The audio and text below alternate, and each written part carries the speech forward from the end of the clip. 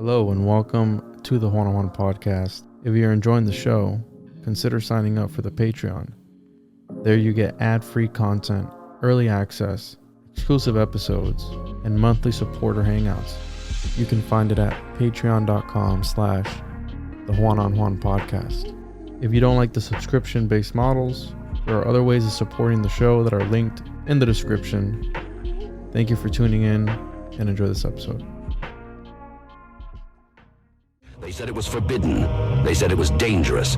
They were right. Introducing the paranoid American homunculus owner's manual. Dive into the arcane, into the hidden corners of the occult. This isn't just a comic. It's a hidden tome of supernatural power. All original artwork illustrating the groundbreaking research of Juan Ayala, one of the only living homunculologists of our time. Learn how to summon your own homunculus, an enigma wrapped in the fabric of reality itself, their power at your fingertips, their existence, your secret. Explore the mysteries of the Aristotelian, the spiritual, the Paracelsian, the Crowleyan homunculus, ancient knowledge lost to time, now unearthed in this forbidden tale. This comic book holds truths not meant for the light of day, knowledge that was buried, feared, and shunned. Are you ready to uncover the hidden? The Paranoid American Homunculus Owner's Manual, not for the faint of heart. Available now from Paranoid American. Get your copy at tjojp.com or paranoidamerican.com today.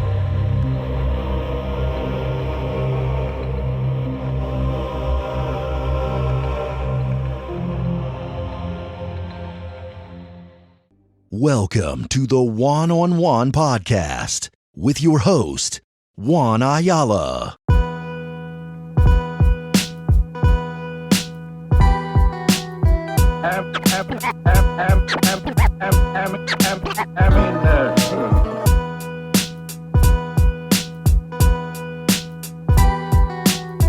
We've spared no expense in our search for new testing areas.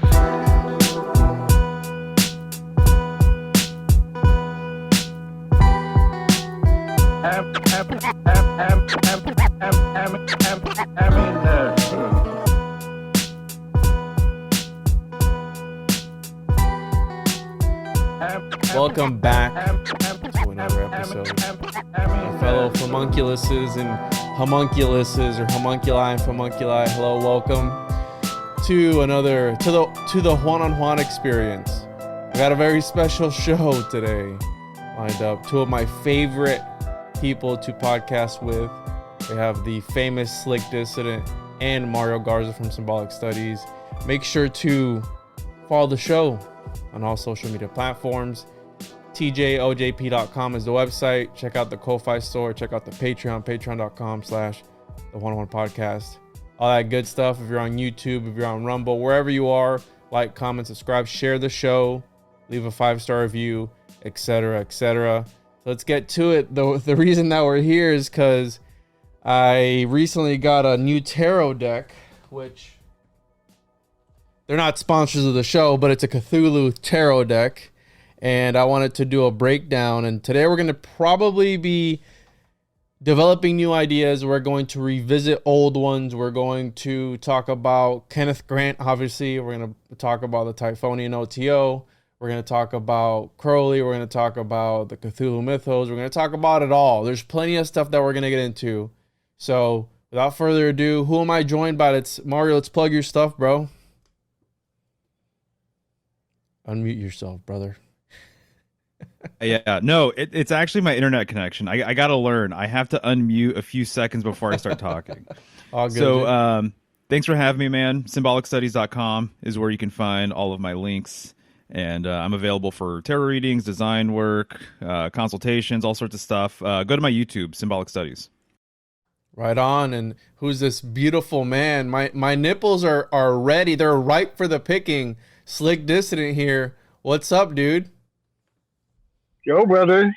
Sun's out, guns out, right? Yeah, what's up, man? Plug your stuff for the people and where they can find you. The famous Slick Dissident. I shout you guys out at least like once every 2 episodes. Bro, you dropped my name on Sam Tripoli. That was beautiful. That was so beautiful. Dropping some of the old schizophrenic graphics. I'm sure that was well received, man. I appreciate it. Yeah, for what sure, do they bro. say? How's it go? Imitation is the highest form of compliment, something along those lines. Something like that. So, yeah, Slick Dissident is my YouTube channel. I've been on hiatus pretty much all summer, coming back, trying to get my etiquette figured back out. I figured I'd come back nice and raw, but naked, birthed out of the cosmic womb of consciousness just after that, subconscious sub ritual and the 3 days in the underworld there. So here I am. And, I figured I'd share my personal trauma scars. I got one nipple that was pierced for like 13 years, maybe 14 years, that nipple right there. Nice. Looks as good as ever, bro. Yeah, it was ugly. It had to go. Where can people find you, Slick? Slick Dissident on YouTube, right? I'll post all the links. Oh yeah. There's that. There's also I'm also with Chance Garton on Rockfin. Catch me on the Rising from the Ashes crew. Done a lot of work with the spiders. And I want to maybe mention while we're on like the fact that we are picking up a lot of breadcrumbs we dropped years ago. That work we've done with H.P. Lovecraft and the Cthulhu thing. People might want to take a minute if you haven't and kind of go back to the last time these heads came together and we put together some really crazy connections between like New Orleans and Crowley raising a Cthulhu spirit during a ceremony that Kenneth Grant confirms like all the details of, and all the things about the spirit that Crowley was bringing becomes fictionalized 18 years later, a moon card later, in H.P. Lovecraft's story of Cthulhu, which is like a one-to-one overlay. And Kenneth Grant has talked about how it's a hand-in-glove fit, the fact that Crowley did it in reality, and then H.P. Lovecraft came and did it in fiction, so it's immortalized in the public. So it went from the private to the public. And I want to point out real quick, everybody knows Ocasio-Cortez. Her predecessor's name was Crowley. In her district, which is like, I just learned this, in Hunt, New York, Ocasio-Cortez's district, her predecessor's name was Crowley. And here, her initials spell chaos. So in the wake of Crowley, the guy who was in Ocasio's position before, chaos ensues. I just thought of that today. And I just think it's appropriate that it dawned on me today, as here we are tracking this beast. We're tracking this monster across the landscape of history. So people should go back if you haven't and see our H.P. Lovecraft, Cthulhu, Crowley, New Orleans plus Providence project. Right on. I did not know this. So yeah, Joseph or Joe Crowley or Crowley, however you like to say it. And he kind of looks like Crowley. I mean, look at him here in this picture. He kind of looks like him, dude. That's weird. Yeah, and Ocasio-Cortez her name is Chaos, right? CAO. Or like AOC is CAO, Order Ab Chaos. Her name also, it presages the J6 event. That was a burning of Alexandria. January 6th was a burning of a tower. It was the burning of Alexandria event. And so her whole bio is encapsulated in her name. Her name is like a hyper sigil of what she is predestined to execute. And so she is the chaos of the burning of Alexandria, which happened in J6 and came true. And her whole suicide squad, the squad that came along with her, I'm speaking both in fiction and reality when I say this, her suicide squad, some of them have names that are attached historically to the Tower of the Alexandria, the burning of Alexandria. One of which is it's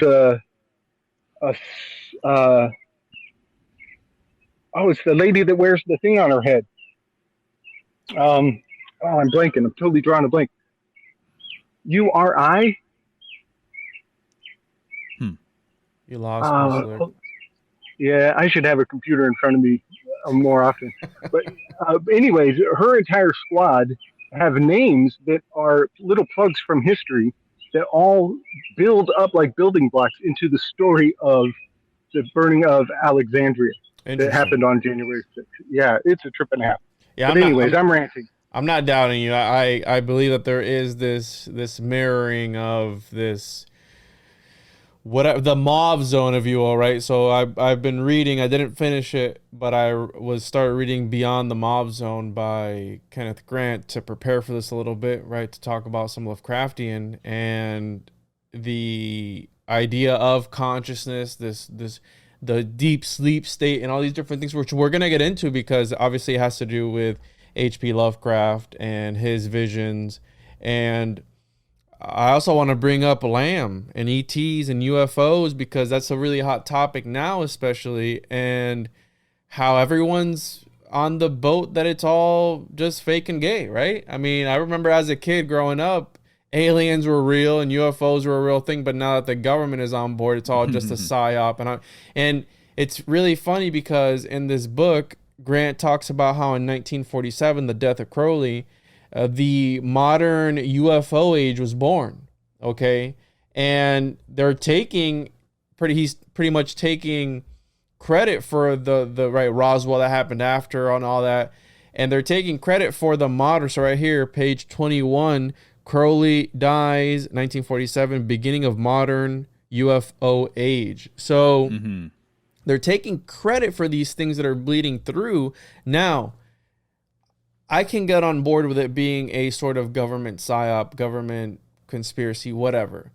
But I have a hard time thinking about what about all the accounts way before the 20th century, the 19th century, the 18th century, all, the accounts before all that. Has it always been a government conspiracy and a psyop then? Because, I mean, there's stories of UFOs that go back thousands and thousands of years. So that's why I can't get 100% behind it, that it is since 1947, the government has been behind it. Okay, maybe something is up, and it's not always what it seems, right? That how you were mentioning, Slick, it goes from the esoteric to the exoteric, and there's a loss of translation when that transmutation happens, right? Obviously, because it's going from these secret societies, shady people type out to the public. So something is bound to change. But yeah, I want to talk about that because he talks in this about Lamb being a sort of spaceship and space vessel. So I want to really dive deep today. And like I said, of course, my neighbor's motorcycle, bro, is so loud for no reason. It's not even a Harley. So real quick, has it been years that we covered Parsons and H.P. Lovecraft and all that? Because I know I was surprised. It was a while ago. Let me check here which episode. I don't think it's been multiple years, though. So I covered H.P. Lovecraft a year ago on mine. Then we did it a year ago. H.P. Lovecraft and his pal Cthulhu with Slick Dissident, Mario Garza, Juan, and Kaylee B. We did one episode then. And I know we did another one with Parsons as well. So interesting. So it's been about a year or so. And like I said, today we're going to be flipping through. I scanned up the tarot deck, and we're going to be flipping through that art. I have all the stories pulled up as well, so there's plenty of material. But did you want to add something, Mario? You know what? I'll get to it when we get to my slides. But regarding the alien thing, you're totally right, dude. Part of this whole entire agenda right now is the compartmentalization of everything, and including compartmentalization of time, and making you think that this phenomenon has only been, within this certain time frame or whatever. So I have a lot of thoughts with that, but just saying that you're spot on with everything. I feel you, dude. And that's the thing about the community, if you want to even call it that, because there's going to be the people who believe it, the people who don't believe it, and then the people who are just in between, right, where they're in this zone where it might be real, it might be not, and I mean, it doesn't matter. But yeah, I do feel like it's been kind of just put out there and it's being disregarded. And I go, okay, but what about way before the government? Were they doing it, right? When John Dean or Kelly were communicating with things on the other side, was that the government? Was that a conspiracy as well? Like, who knows, right?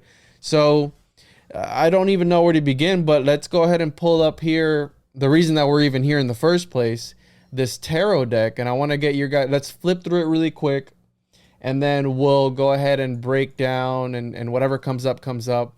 But I wanted to get your guys' opinion. The art is pretty sick, and I did a quick scan of it, right, on the printer, PNG. So we have here the major arcana, We have now. I'll pull up the stories here in a little bit, but each one of these characters is part of a different Cthulhu story or H.P. Lovecraft story. So we have here the Fool, which is from the, and some of these I've read, some of these I have not. The Dunwich Whore, this is Wilbury Whately, I guess is how you say it. And it kind of reminds me of, what's that guy that you always talk about, Slick, where his legs are deformed and he is Auriga, the charioteer. So the more I study, appears to be more and more important to the elites, like increasingly more important. Interesting. Well, this guy here in particular is half man, half demon or elder god or something. We'll get to it. We have the magician, which is Nyarlathotep, which is like this mercurial being, like messenger of the gods type of thing. We have Nitocris from In Prison with the Pharaohs, which this is a really interesting story because this is the one with Houdini and the similar persona or ego that him and H.P. Lovecraft were encountering in their dreams. So we have Abdul al-Hazred. What is it? Is he in the Hangman card? So here, so we have the Hierophant. We have Cthulhu. The Empress is Casilda from The King in Yellow. We have Hastur from The King in Yellow as well. Right, so the art is pretty cool. I like, again, I've always been a horror fan. So anything monster related, anything, again, Dungeons and Dragons, right? Play Dungeons and Dragons, Magic the Gathering. Because a lot of people go, oh, you focus too much on the dark stuff. I go, well, that's the cool stuff to me. So if you don't like it, turn it off. But yeah. So we have... Dude, I want to say about the art, I love it a lot. But, dude, they're all sitting inside of eggs. Yeah, which we'll get to. The egg of manifestation. So we have here the deep ones from the Shadow over Innsmouth. We have, look at the Charioteer card. It is the black goat from The Last Test. We have Mother Hydra. That's a really interesting choice for a few different reasons. Yeah. Because Auriga, right? He's usually depicted with goats, right, Slick? The Charioteer. You are correct. Yep, he's got two goats by his kidneys and a big mama goat over his shoulder. So it almost looks like he has two heads, but it's just a mama goat he's carrying, who's Capia, important star.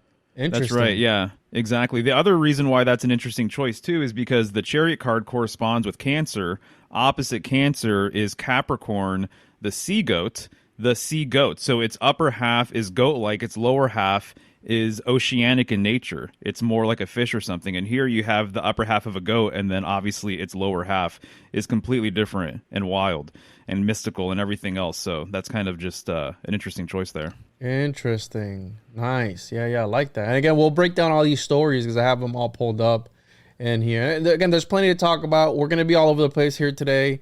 This is a free think tank session, right? The boys and I are getting together and just really coming up with whatever comes up. So we have here Abdul al-Hazred from the Necronomicon, right? The author of the Necronomicon here. This is a depiction of him. And then he's the Hermit. We have the Wheel of Fortune, the Night Gaunts from the Dream Quest of the Unknown Kadath, which, right, the Night Gaunts were kind of sort of these, I think they were visiting Lovecraft at one point, right? These entities that were visiting him in his dreams. So we have that aspect of it. Then we have the mother of Whately, Lavinia Whately from the Dunwich Whore. Again, this is very weird because her husband, and I haven't read some of these, but from what I saw, the husband summoned this entity to impregnate her, and we have this weird demon child thing. Again, we'll break all these down, but really interesting. I love that one. Yeah. Wow. Really weird. There's a theory out there that the more languages you speak, that the other languages become like personalities even a healthy mind. This is the example of healthy multilingual people, in that their other languages become a persona. And what that means, in a way, is that when we hear these really weird words we've never heard and these combinations of sounds, in a weird way, it does open portals, and it does seed our consciousness for all kinds of cool, fun ideas. But for some people, got some skeletons in their closet. They might have some funky dreams because they heard the word Allah Kapula. Yeah. Yeah, no, definitely got some homunks in the closet, right? Got some junk in the trunk. So we have here the Temperance. We have the Hangman card, which is a really interesting one. Yig from the Curse of Yig. So it's the serpent being, right, holding this dude upside down, Hangman style. Then the Death card is just death. They didn't pick anything in specific. It's just death. We have here this guy, which I don't know how to say his name, but the lurker at the threshold. It's some really weird. Again, how you're saying these, according to the Cthulhu mythos, these aren't even the correct names for these beings, okay? Because you can't even speak their names into existence because it would just bring destruction or whatever it is that they've talked about. So we have this other entity. We have Migo or Migo, this guy right here, which I found interesting, right? The Migos. Didn't one of them pass away recently? Was like, I think so. Right, from the Migos group. So we have here, and then he got some brains in a vat, but that's from the Whisper in the Darkness, and that's the Devil card, which is interesting, this entity. Yeah. We have the Dagon, the Tower card, which we'll get into from the Dagon story, which is a really interesting one. We have the Star, which is the Elder Thing from At the Mountains of Madness, one of my favorite stories, because I'm a fan of The Thing and the movies, right? The original one, the one that they made after that, and then one of the latest ones. We have the Moon, which is the Cats of Ulthar, which I've never read, but apparently it's got to do with some cats, which, right? T. Gandhi is your Lord and Savior. That's what I thought about at first, but you have the Moon card there. You have Yog Sothoth, the Case of Charles Dexter Ward, as the Sun card. And then we have Judgment here, which is a cultist using some sort of grimoire. I think that's the Necronomicon, if I'm not mistaken. And then the last card, Azathoth, the Dream Quest of the Unknown Kadath. So, and then I went ahead and I did the other cards, but I just put the first, right? I don't know what the name of this is, Mario. You can correct me because I'm not 100%. Yeah, you're thinking of like the ace cards? Yeah, so this is the ace cards, and then obviously the other ones are just more wands stacked on top of each other, and then we have the other depictions of the King of Wands and the Queen. So just more symbolism there. We have the pentacles here. Got some cultists. Really. What was can you go back up to the right there? Is that a high priestess? Is that the high priestess card? What do they call that? The Queen of Wands. Okay, got it. That makes sense. Yeah, these are all, again, I didn't scan all 10 of them or however many there are, but I just scanned the first one. Yeah, these are the court cards. Yeah, the court cards. With the ace, yeah. It would almost be a fun game, like if we were all hanging out, to try to guess what the cards are. Like everybody takes turns writing down their guesses.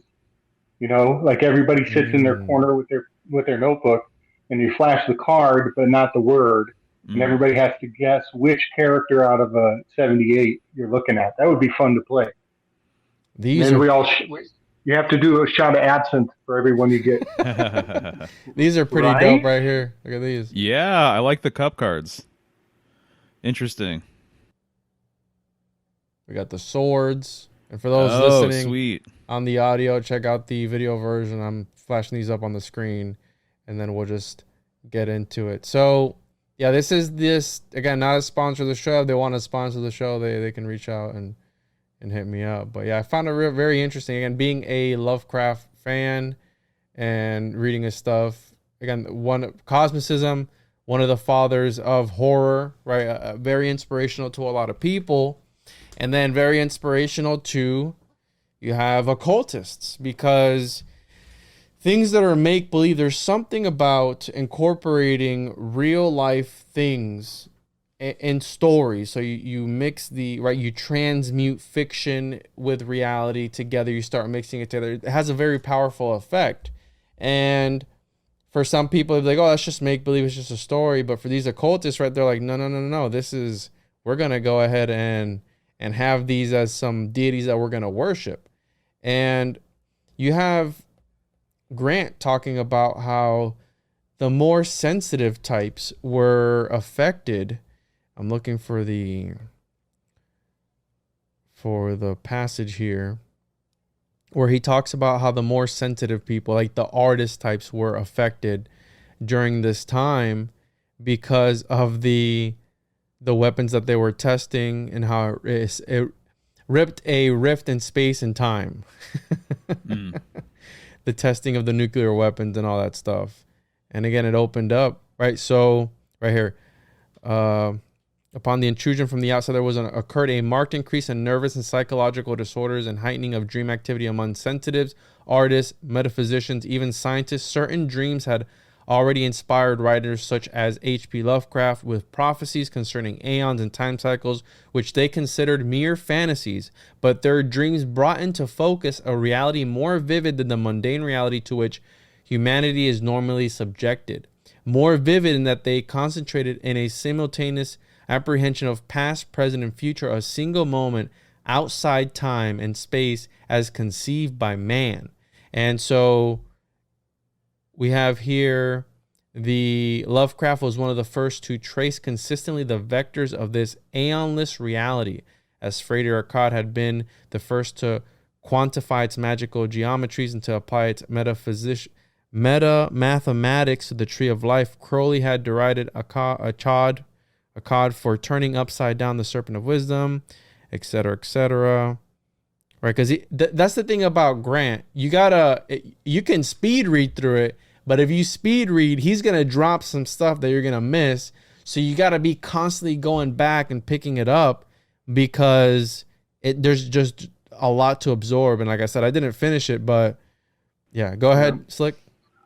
Well, Kenneth G is an anagram for think, basically, and also for the what? whole name Kenneth Think, a phonetic anagram. It's not perfect; it's flawed.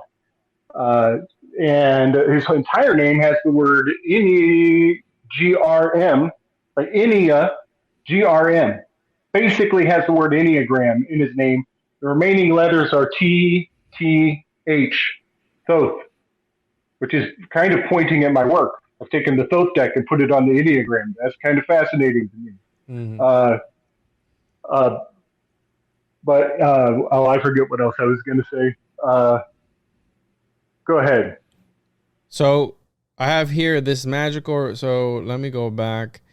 This magical revival of current, infinitely older than that which informed the aeons of Isis, Osiris, and Horus, had its reflex in the scientific and political revolution that erupted around 1945 with the first atomic explosion. As previously stated in the Outside the Circles of Time, which I haven't read that one, it was this explosion and the tests leading up to it that ruptured the subtle membrane of the Earth's magnetic atmosphere. There occurred a massing of the shade, and 2 years later, there swarmed through the resulting rent the forces alluded to as UFOs, LGMs, ETs, etc., for which, after more than 40 years, no adequate explanation has been proposed by scientists or by the governments of this planet. So he's alluding to, right, that they are responsible for these ETs. But like I said, now let's say that it was, because I believe that modern day technology is magic, right? Like this technology that we're experiencing today we would be burned at the stake for doing what we're doing right now, which is talking over massive distances, right? The three of us on different parts of the country talking together. We'd be burned at the stake right now. We'd be practicing witchcraft, necromancy, whatever you want to call it. Yeah, man. We're basically practicing the flight of the witches right now. Yeah. We're at the Sabbath right now. We're all just like in this astral plane together, which we're up on Mount Brocken, casting the Brocken specter to one another, and it all makes sense to us and only us. And that's funny you say that, right? Because if I did that video on Crowley at CERN, right? You mentioned Joseph Crowley at CERN, which, if you look at this technology, it's almost like a continuation of what they were trying to achieve without the technology. And it's very interesting because at CERN, right, that's the typical, the top of the iceberg when it comes to conspiracies, the Mandela effect and opening up portals at CERN. But if you look at, from my experience of studying the occult, the magnet, which there's a large array of magnets at CERN, is the stone of choice for magicians, which I find that very interesting because at CERN they have, again, a mixture of different magnets together. And I did that video, which traces back, right, Crowley, all the way back, right, the symbolism with one of the top guys at CERN that's connected to the touchscreen computer, which is a sort of scrying mirror, which is connected to the Visconti family that put forth the first ever, oldest tarot deck. And not only that, but and that's why we're here again with the tarot and all that stuff. And they also immortalized themselves within that tarot deck. The original, they painted the family in the tarot deck, which is really interesting. Do you have anything on that, Mario? You know, basically you can tell. It's really interesting. Some of these older decks, you can tell that they're actually referencing actual people, family members, kings and people of influence and things like that. So the two oldest decks out there, there's 3 decks that you really can't tell, in my opinion. I don't know if we know exactly which one was the oldest. It's what you just mentioned, Visconti. There's also the Solabusca, and then there's an old version of the Marseille. And I think that they're all kind of right there where it gets really, really blurry, like what their true origins are, exactly when they came out, things like that. But in the Solabusca, it was part of their tradition, actually. It was part of the commission, because it was another wealthy family that commissioned this deck, was to put actual historical figures in there. And you could just tell that the likeness is very similar to real people. So I'm not surprised with the Visconti. I don't know if I've ever heard that before. But I have a lot of... You want me to pull up should. your slides? It's going to take a minute whenever we get into it, so whenever you feel it's appropriate. But, dude, there is so much excellent information in there. It's blowing my mind. I just want to kind of contrast this entire thing we're doing about who controls the images from the source in the beginning. Who seeded this concept? Who started this egregore?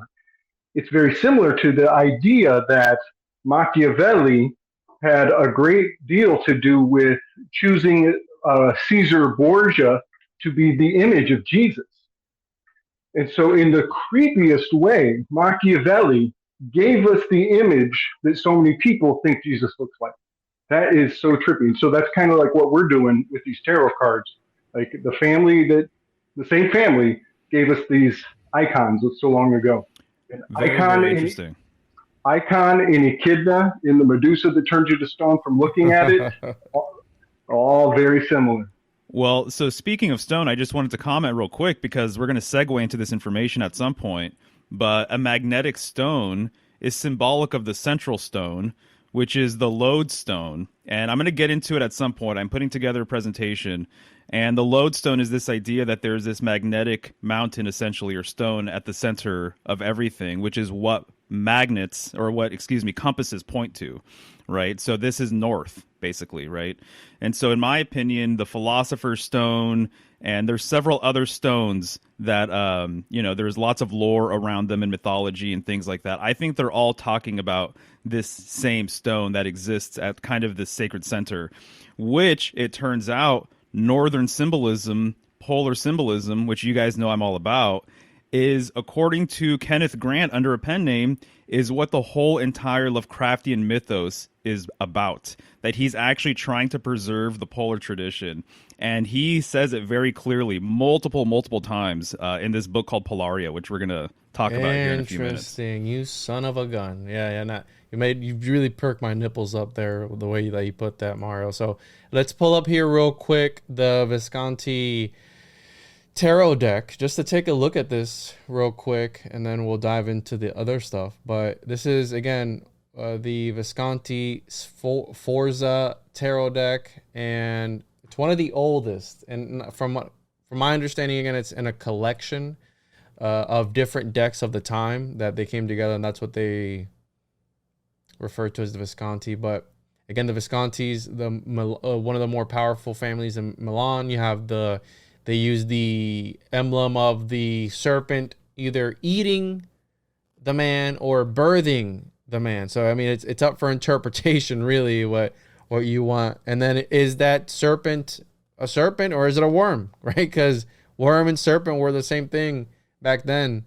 And so we have these here: the Pope, the Popus, the Empress, the Juggler, the Pope, Temperance, the Chariot. And I think you've showed this tarot card before. I'm pretty sure when we did the Chariot episode, Mario, I remember seeing this one because it blends into the back there. Right. You have this weird love card with the homunculus there at the top with or an angel, right? With the wings. Interesting. Cupid like, yeah. Yeah, Baphomet hand going. Mm-hmm. Yeah, we have Fortitude with this weird... Right. Strength. It's a fat ass lion there. We have this thing here, the Wheel of Fortune. I wonder, is that club like a supplemental dog dick? It's the 12 labors of Hercules. It's his first labor. Interesting. So with the Nemean lion. We have Time. So we have this guy with a sand mushroom cap, by the way. Mushroom cap. Yeah. So that's the Hermit card. We have the Hangman. And again, these are also allegedly members of the Visconti family. Okay, so they're immortalized in this deck. Now, it's interesting because you're bringing up, right, the stone, the Philosopher's Stone, the Cornerstone, whatever you want to refer to it as. And I've also heard you, because again, I'm a rookie when it comes to tarot, talk about how the tarot deck is actually instructions and maybe perhaps on how to create the Philosopher's Stone or transmute yourself, whatever it is, your spirit, soul, your physical self. I think that, because I think alchemy hits all those fronts. It is that and some, right? So it is a psychological, spiritual thing. How much is a physical transformation? And it's funny because Paracelsus said that the alchemist can't achieve the magnum opus without first going deep within you. You can't love yourself if you can't love your homunculus first, Slick. Okay, you got to love the homunculus to then love yourself, right? We have the Fool here, and then we have the Queen of Cups. And look at the resemblance. I'm noticing that they're including the original cards, and there's no Devil card because no Devil card has ever been found from this original collection. Ooh. So that's kind of a mysterious sort of thing. People have speculated what happened to the Devil card. So if you buy a reproduction of this deck, the Devil card that you receive is actually not original. And so nobody knows what the original Devil looked like. Wow, that's really interesting. Like the Full Metal Alchemist here. Nice. So that trip's a trigger for me, Mario. I'm going in really deep on Machiavelli, and I'm studying Machiavelli through Leo Strauss, which is a dangerous route. All ye who follow in my footsteps be warned. But Leo Strauss said that it was in chapter 15 that Machiavelli really puts a flag out that he's writing in between the lines through his entire opus. And so Leo Strauss went through and read everything through between the lines, but 15 was his cipher number. So I think that's interesting that the Devil card was missing, right? It becomes like a linchpin, which it's counter lever to the actual keystone, which is up in Cancer, right? Yes, sure. It's the opposite keystone. It's like the anti-keystone, anti-Christos. Yes, indeed. Capricorn ruling the Devil card. Interesting. Yeah, I did stumble across that Devil card aspect, but I didn't know that. I mean, I couldn't really find anything on it. But yeah, you're actually comparing the Visconti replacement cards. So there you go. Exactly. If you can only one or two before purchasing, you need to be familiar with the replacement Tower, Devil, and Knight of Coins. The Three of Swords is also replaced, but it's hard to mess that one up, etc., etc. So again, yeah, they love to signal the 15. We've touched on this with the Louisiana purchase, $15 million. Louisiana is the Devil card in my Tarot Tories work. It's the feet of the homunculus that is the outline in the state. The entire Louisiana Purchase is in the shape of a sphinx facing east. I call it the bull figure, is what I call the shape of that sphinx. And it is 15 million dollars. And even like Louisiana has the word, let me think. No, it's New Orleans. The word New Orleans has noir, which means dark, lions. It's a dark lion, which is kind of hiding in your subconscious. When you look at a map of the United States, it's right there. It just takes a little bit of imagination. Interesting. Had to be stolen. Or maybe they revealed too much, right? Maybe what if that's the missing piece? That's part of it. People have wondered if it was stolen. And also, too, is it missing because it was revered and used ritualistically, perhaps, set aside on an altar or something along those lines? Or actually, is it missing because people didn't want it part of their deck because it's too sinister or dark or something along those lines? So, and who was knows, that right? Family member, right? Who was the devil? Who was that? Unless, I mean, he had to be part of the family, right? Or maybe not. Who knows, right? So, interesting connection. And I guess you could suss out which family it would be if you had a list. You could do it by, inductive reasoning. You could just mark off and see who's left off at the end. But yeah, I like that idea that the master key. But it also, rule number one of Fight Club is you don't talk about Fight Club. Rule number one of the Satanic Order is there is no Satan. That's right. That's the alchemical Fight Club. So we have here W.H. Mueller, Polaria, the gift of the White Stone. Now, the White Stone is also another name for the Philosopher's Stone as well. You have that the white stone is for the silver, the red stone is for the gold. So you have various interpretations there. And then you brought up the stone at the Rupus at the North Pole that Mercator had written to John Dee about it. Out of all people, had written about that, and it had a lure to it. There was a vortex there, and all. There was mythological creatures there as well. So very interesting. And now we have. Weren't you and I together when we found out about this pen name? I want to say. I think it was with Ani, right?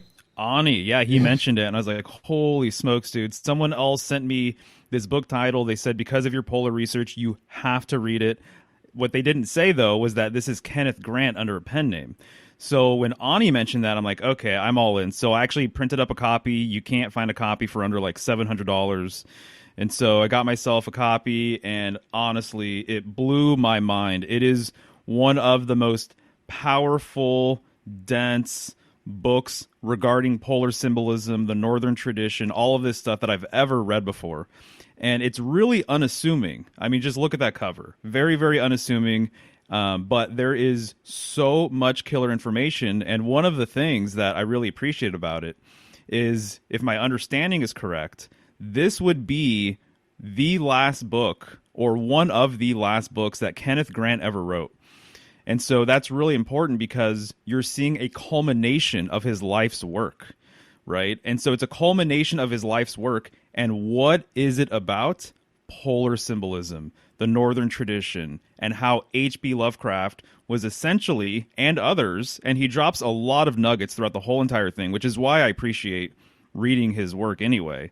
But he basically says that H.P. Lovecraft was trying to encode the polar tradition, which he calls to the order of yore. And he makes this whole big thing about how you need to tap into the polar wisdom in order to really do anything here on a magical sort of level. So here we have this high-level occultist praising Northern symbolism and really, really getting into it and breaking down why and how H.P. Lovecraft was encoding this into his work. And I have a bunch of quotes, and we don't have to go through all of them, but I have a ton of highlights in here that I want to share with you guys. So maybe the first, I think there's like 35 slides. If we get maybe through half of them, that would be awesome. But yeah, man, that gift of yore, I immediately hear that green speak. That old language, the language that creates just upon speaking, the abracadabra language from the garden. But also, Mario, just last week, it was dawning on me how the Ursa and all things You know, there's even the Greeks have a creation mythology that as a city of Ur. There's a character in the Bible from the city of Ur. It's one of the first earliest cities. But I'm thinking it's kind of got this kind of collectivism thing to it because it's our, it's it's yours and it's ours. It's a thing about sharing. It has something to do with this sharing. And I just wanted to kind of and even ours, you know, keeping track of time, all tying into the bear. And I know our buddy Luke L.C. King down in Australia is tripping on everything I just said because he's got so much to lay behind that. But yeah, there's something about the collecting of it. Like it's a cup, it's a vessel, it's a chalice. So I just wanted to kind of put that all out there that the sound means come together. And right, you're talking about a chalice. Well, you have the idea of the Merovingians, right? And what's the myth? Jeez. The Holy Grail? The Holy Grail, that the Holy Grail might be an actual person, right? Or a bloodline or something. And it's funny because Grant talks about the Kalas, right?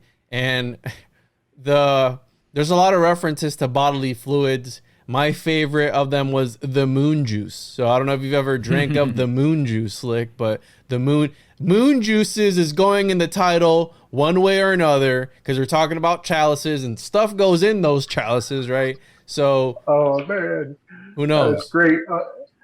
So the poet philosopher Bataille has been on my radar. He picked up Nietzsche and he mixed him with Marquis de Sade, and he's like creepy way into body fluids. And so whenever I hear bat from now on, I will be thinking of this Bataille fella. He started a secret society. I forget their name, like Azrael, the headless one. Mm-hmm. And it's like they really bastardized a lot of philosophy mixed with body fluids. But from now on, when I hear bat, I will think of this guy Bataille. And it's trippy because what started the outbreak was bat sputum caused the world to shut down. Yeah, which I think was a nod to Bataille. Honestly, for those who are in those circles, they're like, yeah, we got you. And recently, the Lab of Horrors in California that they found that had a whole bunch of homunky junky stuff. Right? I'm not. Again, this stuff is coming on the news, but just some homunculus references. But did you just coin a new word? Did you just birth a new word? Homunky junky, bro. Yeah, dude. And that's the Juanites know the homunculites. I don't know what I'm calling them. But yeah, so and really quick. Now go ahead, Mario. We got this is page 2. I was just gonna say, go for it if you had a thought that you wanted to. No, I'm going to save the lore later because this Wilbur Whately guy was here. He matures at an abnormal rate, reaching manhood within a decade, and that reminds me of the stormtroopers. I'm sorry, the clone troopers that they were, right? Again, the homunculus that we were all introduced to as, I mean, for me at least as a young man growing up, those were the OGs, and they were made to age quicker in order to be put into battle. So again, just a weird coincidence there. Isn't it so fascinating that in our adult lives, we're looking at genetic modification and masks being militarized, you know, using masks to terrify. It's so fascinating. Oh yeah, absolutely, dude. Just real quick before I get to this, he actually talks about a little bit here in regards to its relationship with Ursa Major and everything else, but he said, is an old name for Earth, and that Earth came from as well. And then, of course, I always think, too, when I think of brother, mother, father, further. You know, there's so many words that end with the ER as well. So, to me, I kind of, I think I've looked into it. Kind of means original, you know, or primal, or the first, something along those lines. So I think that makes a lot of sense. But bear with me here as I read a little bit to you guys. It's going to be totally worth it. But this is just what's on the back of the book, right? Did H.P. Lovecraft, America's secret alchemist, possess the keys to man's spiritual liberation? Do his works contain the codes to our to open our understanding of the deeper depths of consciousness? Was the recluse of Providence privy to a universal knowledge and language that has been concealed for centuries? The answer is a resounding yes, according to scholar and alchemist W.H. Mueller, who resides in Germany. Polaria is like a beacon to the mystical pole, the summit of spirituality, drawing substantially on the roots of world mythology and written in rich esoteric language. Polaria reveals the depths of truth, beginning where most books end. Through Polaria, we are shown the keys to the passage out of the limitations of space-time to behold the eyes of the eternal. And then there's a little quote down here by Lon Milo Duquette. And Lon Milo Duquette, he's the Grand Master of the OTO, and he has been for a little while. And it was very interesting. I came across a video of Lon Milo Duquette talking about this book not that long ago, within the last year or something like that. And he was very coy and very tight-lipped about his relationship with this author. He gave no information. He just said, this talented alchemist. My publisher asked me if I would write a review or something along those lines, or write a forward or something, because I think he actually did write the forward. And to me, it's just one of these things where when you know it's Kenneth Grant, actually, it makes a lot of sense that he would be hush about all of that. So he doesn't want people to know that that's the deal. But once you're aware of the author's true identity, it makes a lot of sense, because he's been talking about Lovecraft for a long time, and he's been talking about Northern symbolism for a long time. Yeah. So Kenneth Grant's a 2 and a 7 in the most ordinal reduced gematria. K11 becomes a 2.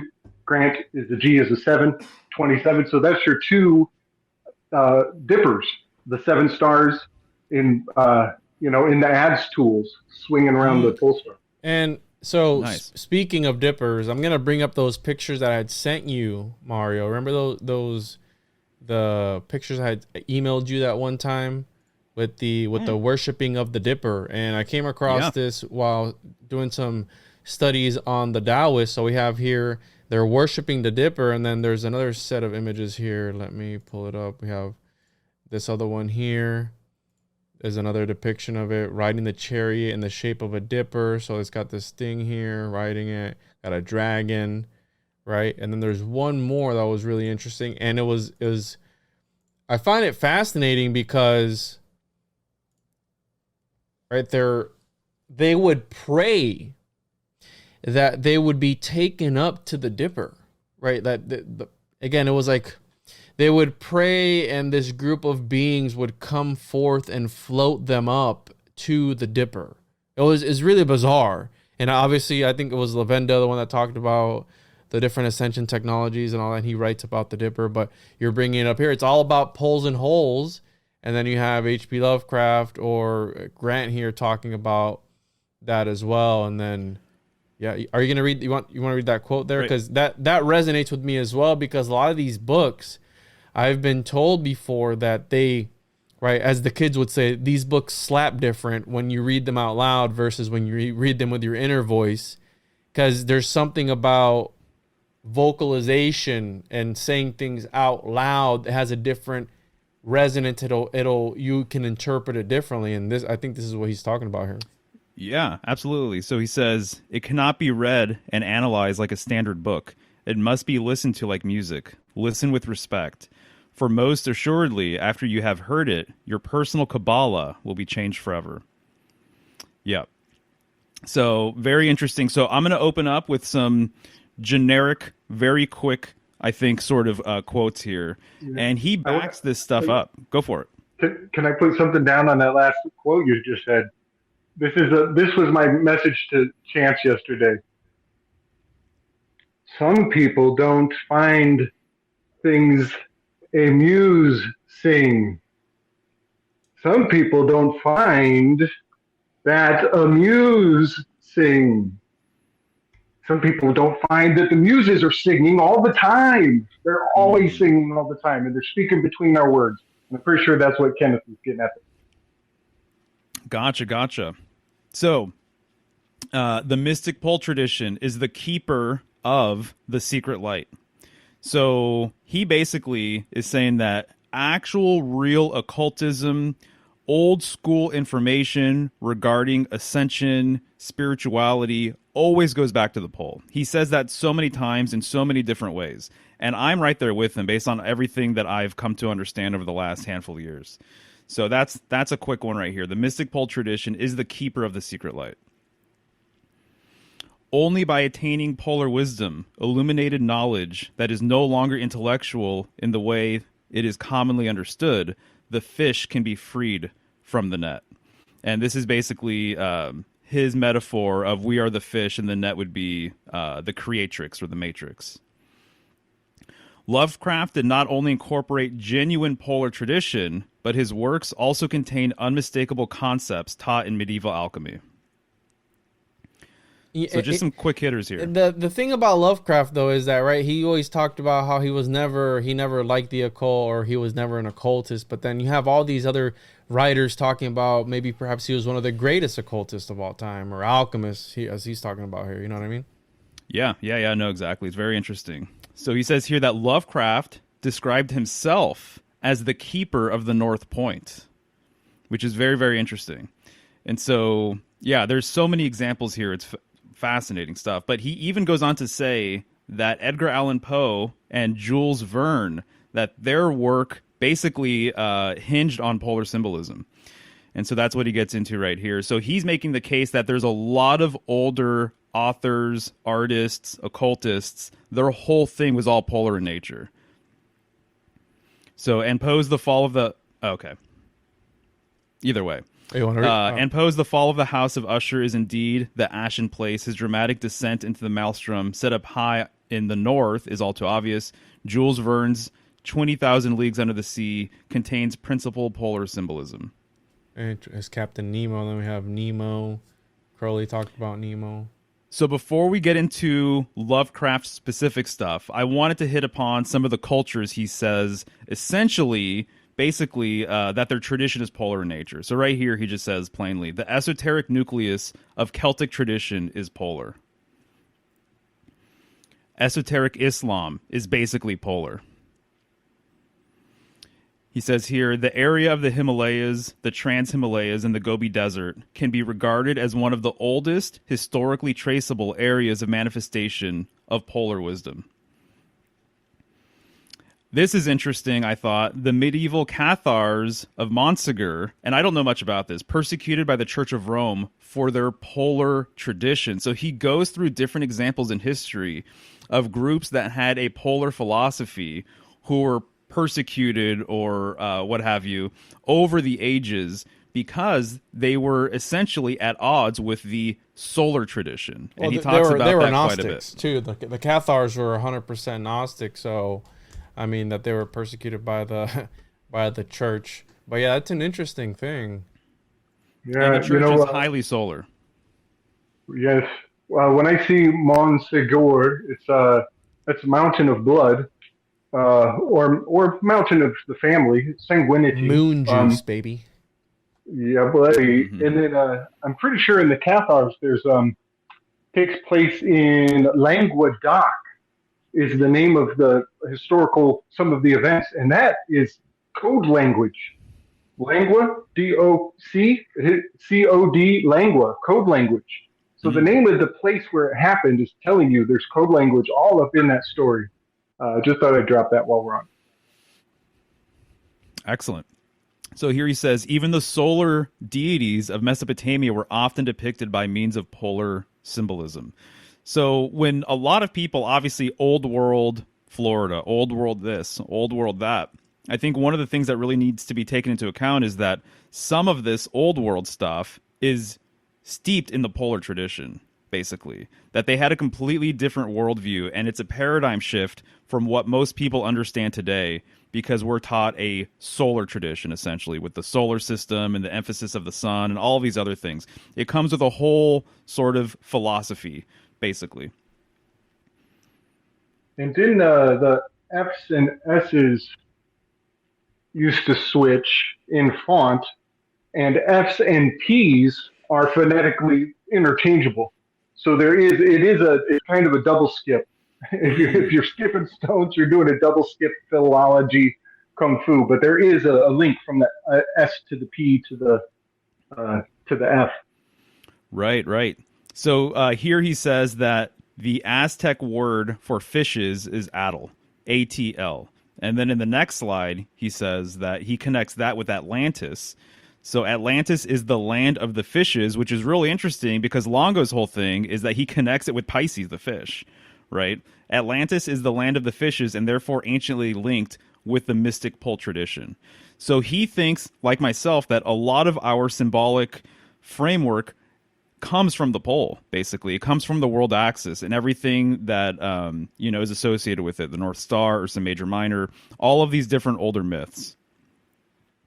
I got to say that in my territories, it is the moon card that is over in Pisces, and it represents Hawaii. But in the Thoth deck moon card, there is a compass hiding in the subtly in the artwork. And if you look if you look in between the towers, there's these two blue. It just looks like a Masonic compass. And sure enough, you cut and paste the compass in there, and it fits perfectly. But a compass always points to the north. It's a writer's crop compass, but it also implies that that true center, that polar correspondence. Interesting, nice. Right. So this is more Lovecraft specific stuff. That was kind of laying a foundation a little bit, or just giving you an understanding of where he's coming from. But Lovecraft was an alchemist and occultist, as we have seen so far in the cases of Shub-Niggurath, Kadath, and Cthulhu. He was a gifted phonetic Kabbalist, speaking the green language of the birds. And as well, we shall see in the following chapters in the context of Yog, Sothoth, Nyarlathotep, and Azathoth, he practiced the art of encoding to a masterly degree. So he spends quite a bit of time breaking down, some of the names of these ancient ones and how they relate to the polar tradition. That's one of the big things in this whole entire book. And I forgot who it was that I heard talking about it, but I think it might have been. Anyways, doesn't matter. But the idea that they related Lovecraft with him tapping into these archetypes, right?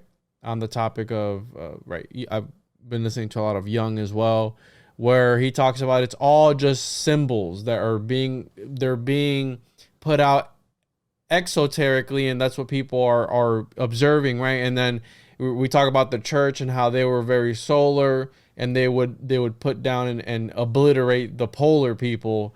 Well, it's a weird thing. And then I've heard this before where Lovecraft, again, he didn't take any claim at being an occultist or alchemist, but yet these other people were like, no, this dude was a mastermind. This dude was way beyond his years, and he was super smart, just encoding all this stuff. But what if he was just a dude writing horror and cosmicism and these ideas were just, again, he was just let's put aside all the occultic stuff. What if he was just a good writer and he found his niche in the dark horror stuff and it wasn't, Yeah, no, dude, exactly. If you're a good musician, filmmaker, artist of any kind, you're tapping into something, and it's going to resonate with people for a very good reason. So, I hear what you're saying with that for sure. It's there's going to be something there, something of substance, I think, for people. That's it right there. Because he was so prolific, 70,000 correspondences in his lifetime. He was clearly driven by some very fascinating force. I want to point out H.P. Lowe. H.P. Lowe is Hapalo. And Hapalo is a deity of storytelling. Ooh. He actually appropriated the Dionysians and put their stories into his musical tempo, into a different time pattern. So he's got the master storyteller, Hapalo's, in his name. And then the Kraft in German is actually a vessel or a ship or a craft. So he loves, I see it as vessel as in placenta. Everything is placenta for me. So he's down with the homunculus crack. So go ahead, Mario, because I got something to weave into that if we're going to get into etymology a little bit. Right on. Yeah, so Lovecraft's Nasht can be equated to Naasht, an Arabic word used to designate the constellation of the Great Bear, otherwise called the Great Coffin. And this is the first time I've heard Ursa Major, the Great Bear, the Big Dipper, be referred to as a coffin, which is absolutely fascinating because there are a lot of, especially when you're looking into Kenneth Grant stuff, the northern sky is equated with the underworld. Mm-hmm. And so the Egyptians, the northern sky was the opening to the Duat, which was their underworld, which is symbolized by the 5-pointed star. So there is as much sort of paradise, heavenly symbolism associated with the North as much as there is stuff related to the afterlife and the underworld and things like that. And Mario, I want to get your opinion on something because, okay, we're talking about, all right, we know that the North Stars and the Ursa Major, Minor, we know that the Space Force uses it in all their logos. Okay, so let's say that it is this place, right? In the book of Enoch, right, chapter, I think 33, verse 33 or something or other, it talks about going to the north, right? And how it's a gateway or something or other. You have Young talking about the hidden God. I think it was a hidden God at the north or something like that. You have Santa Claus with the North Pole. You have all these different things. Now, what do you, and you can talk about in the metaphysical or the actual physical, do you think that there's something there that they're tapping into and referring to? Like if you were to actually go to this place, right, like Jacob's ladder, which talking about stones, right? He put his head on a stone and then had that dream. Again, we're linking the Lovecraft dream, him being an alchemist. Well, was he sleeping on stones? You know what I mean? Like what's going on there? But what do you think they're alluding to when they're with all this talk of the North Pole? Now, I know there's the physical interpretation of it and the metaphysical, but if you had to break it down really in like layman's terms, what would you say that they're referring to? Like an actual place you go to and you get out of this dimension, or like what's going on? Right. So the center of this place, a lot of people have said that the northern part of Earth is the sacred center of this whole entire place, right?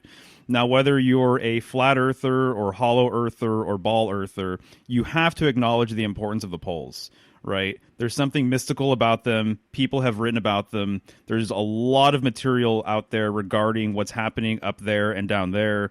There's always something to be said about the openings, right, to the inner earth and things like that. Going to South America, the various treaties regarding the poles and everything else. So to me, what it seems like is that we live in a nested toroidal system, which is essentially a donut. And so the nested toroidal system has the same core, no matter how many toroids are nested together, right? And no matter how big and how small they are, you still have the same axis point in the middle. And at the north is the opening of our magnetosphere, right? And so this is what the Egyptians were referring to with the horn of a great bull, and that you actually go towards the horn and out this cusp, right? And so there is a magnetosphere around Earth, no matter what sort of framework you have when you think about the Earth. And so there is this actual opening. And so to me, the metaphor has been that the sacred center of Earth has been a symbolic reference to our own sacred center, because there's a relationship between our bodies and Earth itself. So when I refer to, northern symbolism, polar symbolism, the sacred center, I am also referring to myself as well, and my sacred center and my core, right? Know thyself and you'll know the universe. So a lot of this is very, very Eastern, kind of in a philosophical sort of way, going within and the still point within, or the 0 point, or whatever you might want to say. So to me, all of these ideas and all of these concepts are like totally related to each other. And we are also toroidal as well, especially our hearts. And he actually gets into the symbolism of the heart and the toroidal nature of the heart, and how it's related to, the color green, our heart chakra and everything else. And he basically says that when your heart is open and you start kind of understanding polar wisdom, your heart basically comes online, and that a whole new world opens up to you. So he also makes the distinction, or he actually makes the comparison of the sacred center of Earth, us being having terrain, having physical bodies, and our hearts actually being related to this axis point, and how our hearts actually, I think he calls it something along the lines of like, it's how we receive our spirit impulse, something like that. And so that's how I personally see it. It's such a huge paradigm shift from what I kind of understood growing up, that there's a million different ways you can talk about all this stuff, but hopefully I kind of answered your question there. Yeah, and no, and again, that's going to be occulted behind. So if we're talking about a battle between all these religions, polar, solar, the solar stuff is going to be androgenized or personified to be represented by something else, and you have to be able to read between the lines to really grasp these you know you get what I'm saying? Like, it's going to be all occulted, but it's still that, and that's why I tell people about the occulted scaffolding and how important that is whenever you're interacting with something, or it could be anything. And just because the final product isn't malicious you don't understand the intent that went in behind that, and maybe that was perhaps malicious. And right, speaking of malicious, I want to bring up here I got this, it's called forgot the name of it, but it's I think the Encyclopedia Cthulhiana or something or other, and it's got all the references in the Cthulhu mythos, and Abdul Al-Hazred, right? We're talking about how this was his alter ego. Now, it was very similar to the alter ego that Houdini had. Now, I want to focus here because he breaks down the name, right? Abdul Al-Hazred, the worshiper of the great devourer, Abd, worshipper, servant, Al, the Azrat, strangler, devourer. We have here Abdul Al-Uzza, servant of Al-Uzza, pre-Muslim goddess, Stanley, Abdallah, Zar, Ad-Din, I'm butchering these, but he breaks it down here. And then right here, Al has read a name which has only kept its meaning of, quote, one who sees what shouldn't be seen in Yemenite. And then it's weird because the origin story of this guy was, Al has read, who was in this account unnamed, was a young shepherd who narrowly escaped death when he witnessed a cult of the old ones. Having seen their power, he forsook his former life. So again, right, the one who has seen what shouldn't be seen, right? He saw something of the esoteric, right, that was occulted. He witnessed it, an uninitiate, right? So aside from the Necronomicon, only a few of Al-Hazred's works have survived, including the short story, The Scrooge. And then he goes on to here, Abdul Al-Hazred was a plain name of Lovecraft's that either he or the Whipley family lawyer, Albert Baker, invented when HPL was very young. So again, and then also I've heard about this being connected with his obsession of Arabian Nights, I think it was, and how he came forth, right, and the whole lore behind that story. But I just found it interesting the breakdown of what it could mean. And this one stood out to me: one who sees what shouldn't be seen. Interesting, nice. I want to kind of weave those two stories together. Like, Mario, you mentioned that you've never heard the bear referred to as the coffin. Here we have a story about a shepherd who goes into a dark place and who sees what should not be seen. Both of your stories are actually tracing over the stars from the arc of the tail of the bear, Ursa Major, and going right through the kite. Can you make me big, Mario? Or Juan, can you make me big? I got my... Yeah, you're always big in my book, Slick. Swell me up, baby. All right. This is the bear, right? Okay. And you see its tail. So this is a key for nautical, for mariners. People who keep the trade routes flowing. So this arc of this tail right here is a grand archway, and I've even heard that like people in Java, that they depend on the tail of the bear because it points at Arcturus right here, which is we're in Virgo right now with Boötes, this kite. This is called the kite, and this is the great void. So this is like the big absence, the great darkness. This constellation's been on my radar big time. And right next to it is this Corona Borealis, but in some traditions, this is the bear cave. This is considered a bear cave, and it's an archway. It's like a nice horseshoe shape. I think this is actually the origin of the Libra shape, because Libra is just right here. But the shape of the symbol we use for Libra looks so much more like the horseshoe of Corona Borealis if you look at it. But we're in the same section. But I wanted to say that the bear's tail points right through the great horn of Arcturus, which it marks the lunar new year. And then look, it goes right into Ophiuchus, who is shaped like a coffin. And Ophiuchus takes up the whole chunk of Halloween, when we're going into celebrating the thin veil. So we're communing with the ancestors, and it's also has a lot to do with the Hangman card, I think, but also I think Houdini. Houdini was an escapeologist. Well, Ophiuchus is the scapegoat of the zodiac. There you go, dude. I love it. There's a Fucus symbolism that we can talk about later that I've been dying to get off my chest at some point, because Ophiuchus has basically been described as a polar constellation. It's an exit outside of the solar zodiac, the ecliptic, towards the pole. And I already knew that before I read this book, but Kenneth Grant actually clarifies it, and he essentially agrees. So anyways, fascinating stuff. I've been studying that portion of the night sky too, as of late, just because it's so visible, you know.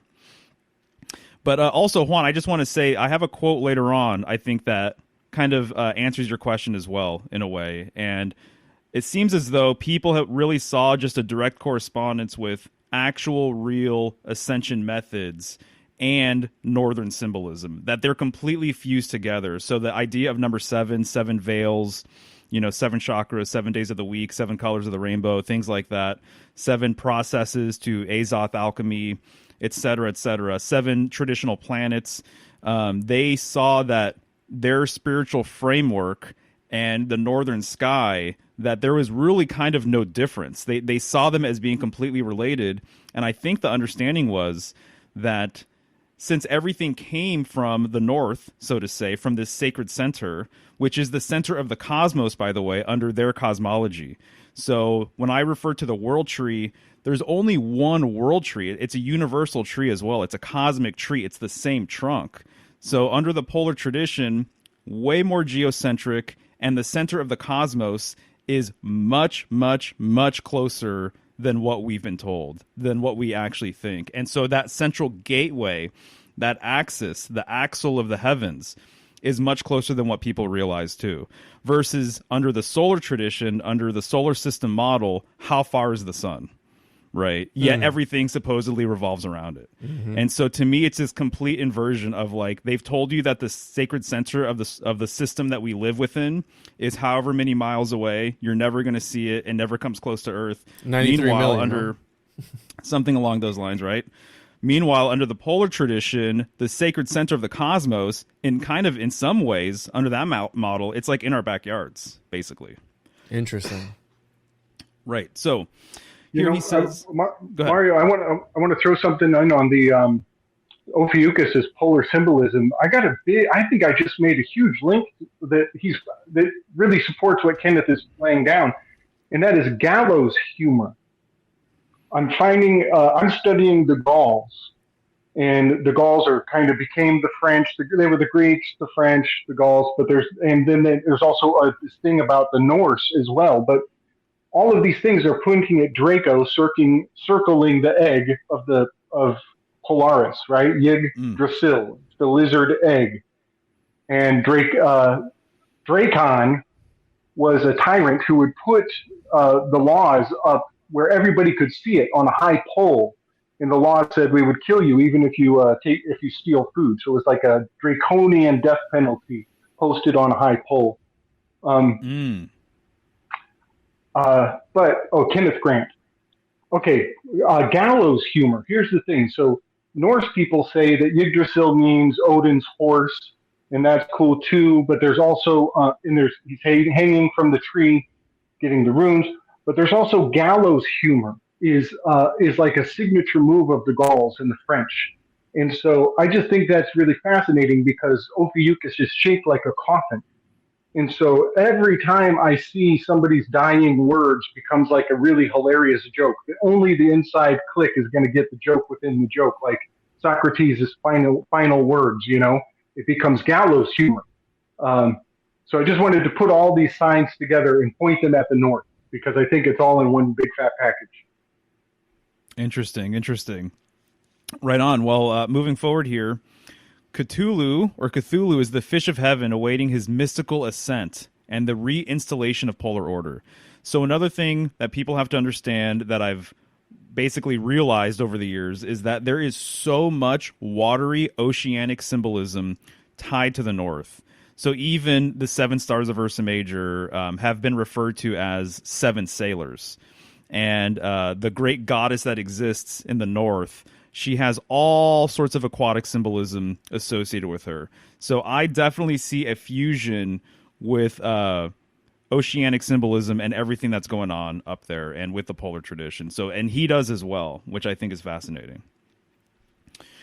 Right. So the mention of cephalopods, I'm assuming, indicates the mystic pole tradition allegory of the process of human transformation and the entry into the hidden realm. Let's go. Yeah. So he makes a thing about cephalopods being tied to this tradition. And then also he gets into tentacle symbolism. The number 8, that's another thing that's really fascinating, is that he basically says that the 7th chakra, or the 7 that I always go on about, the 7 stars of Ursa Major Minor, that that's the end of the threshold, but that's not the destination. That the 8th chakra is the true destination. The 8 after the 7 is really where you want to be. That the 7 steps, that's the ladder. But that's not actually, the point in which you're actually going to. And so it's the means to get there. But the number 8 plays a big role. And so he makes a thing in with Islam and how they have a lot of 8-pointed stars. I don't know if you guys have ever noticed, but in the Islamic world, you'll see this all over the place. And so he thinks that's a direct sort of tie to polar tradition as well. And it's interesting because, right, you have I believe it was the depiction that I showed earlier with the Chinese alchemists and the Taoists, and they were trying to align their chakra, their 7 chakras with the 7 stars. They were trying to emulate that inwardly in order to resonate with them and again go there or something. And I mean, here we have the process of human transformation and the entry into the hidden. That perks my nipples hard, because we're cooking with gas now. We're talking about hidden realms. We're talking about transformation, transmutation. Like what are we getting at? Because in alchemy, it's the same thing. When you achieve the magnum opus, the light, right? It goes back to the light transforms you, and then you step. Right? You would be veiled because you'd step outside of space and time and start doing astral shenanigans in there, I guess. Indeed. So here he says his works. So he's talking about Lovecraft. He calls him a prophet. I didn't highlight that part, but he says his works of encoded revelation constitute the important manifestation of the mystic pole tradition in the 20th century, while this planet is approaching a decisive turning point in its history. In the original lore of the goddess and its many cultural ramifications throughout the ages, there is entombed the essential lore of the Old Ones, which is the polar tradition, and the wisdom of the White Stone, which is also polar. This lore is originally extraterrestrial. So I thought that was really interesting as well. And to me, what I'm kind of picking up from all of the other things that he talks about in this book, the old ones, right? The ancient ones. He refers to Titans. All of these older gods, these giants, they are from the pole. They're all Hyperborean, essentially. That is their framework. That is their deal. And so to me, when I think of UFOs and ETs and stuff now, we did the whole Tunnels of Set business, right? Da'ath, the hidden Sephiroth, to go to the night side of Eden, to go to the great beyond. It's associated with the North. That's the correspondence, is that Da'ath and the North are kind of fused together on a correspondence sort of level. So when we're talking about ETs, aliens, what's their relationship with the North? Are they using this central gateway, right? Are they using the world axis? I'm inclined to think that they are, and I'm inclined to think that people haven't made this correspondence because they are thinking from the solar tradition perspective, that they must come from other planets, they must come from other star systems, things like that. But they're created by the government, stuff. Yeah, right, exactly. Yeah. I'm inclined to think that there's actually a northern polar thread going on with UFOs and aliens and everything now. Yes, and it's almost, I feel like it's a trap. But only to as far as you take it yourself, because to a large degree, this search for Atlantis, okay, so NATO, NATO is the North Atlantic Trade Organization. Well, in France, they call it OTAN. They literally call NATO Wotan. Wotan is a storm god of war who was prophesied to be on the march by Carl Jung, and they took that name and they wear it very proudly. So it has the A. The A in the word Wotan or NATO is Atlantean, and so the people in that organization are considered the Atlanteans. And right now, Putin is literally using the word those Atlanteans. So that word that's been resting and being dismissed by people and like the thing of children and for so long is actually becoming is being animated politically right now. And it's so it becomes very dangerous territory to when you're somebody who doesn't know what they're dealing with, they see on Netflix, they see that, oh, this person was really interested in the Atlantean history and Teutonic Knights. Oh, they must be evil. And sure enough, they find out that you're into Teutonic Knights and ancient obscure history. So these things really do become like a seeded minefield that are very inviting. It's very hard not.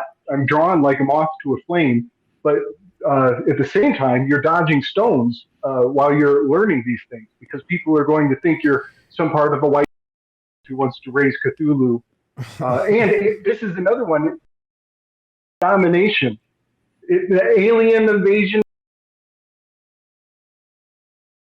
the technology, and therefore we are the slave. It's all to the Gnostic worldview. It's dangerous stuff, man. It is exactly right, dude. I'm so glad you brought that up, because that's what I was thinking of, this alien thing. And I'm not the first one to point out the similarities between that. And I would actually love to ask you if you see, is there an L-R switch, or do you see any relationship between alien phonetically or etymologically? Yes, it's rule number one. The L to the R is rule number one. Like your left and your right hand, it's like this hand in hand with etymology is the L to R switch. It's the most forgiving. Okay, gotcha. So alien, you know what it comes down to? A northern origin. That's what it comes down to, an Arctic origin. So the of the North or the in India, I've said this before, it's just super fascinating being in India, seeing these little taxis. They have a red swastika and they have a red decal that says, and it's some Indian guy, right? So there are Arctic origin stories all over the world, and there are several groups that identify with sort of label. And what does it mean? It has a polar tradition sort of relationship there. And then when you're dealing with them or whatever, what's their main symbol? It's the swastika, right? It's Ursa Major going around the pole star. World War II was about the Allies versus the Axis. As in Axis Mundi, as in the world axis. There's lots of polar symbolism baked into all of this stuff. Absolutely. Totally. And if you do two X's, you're looking at an Aeon card. Axes, Dos Equis. Yeah, man, there is so much to this.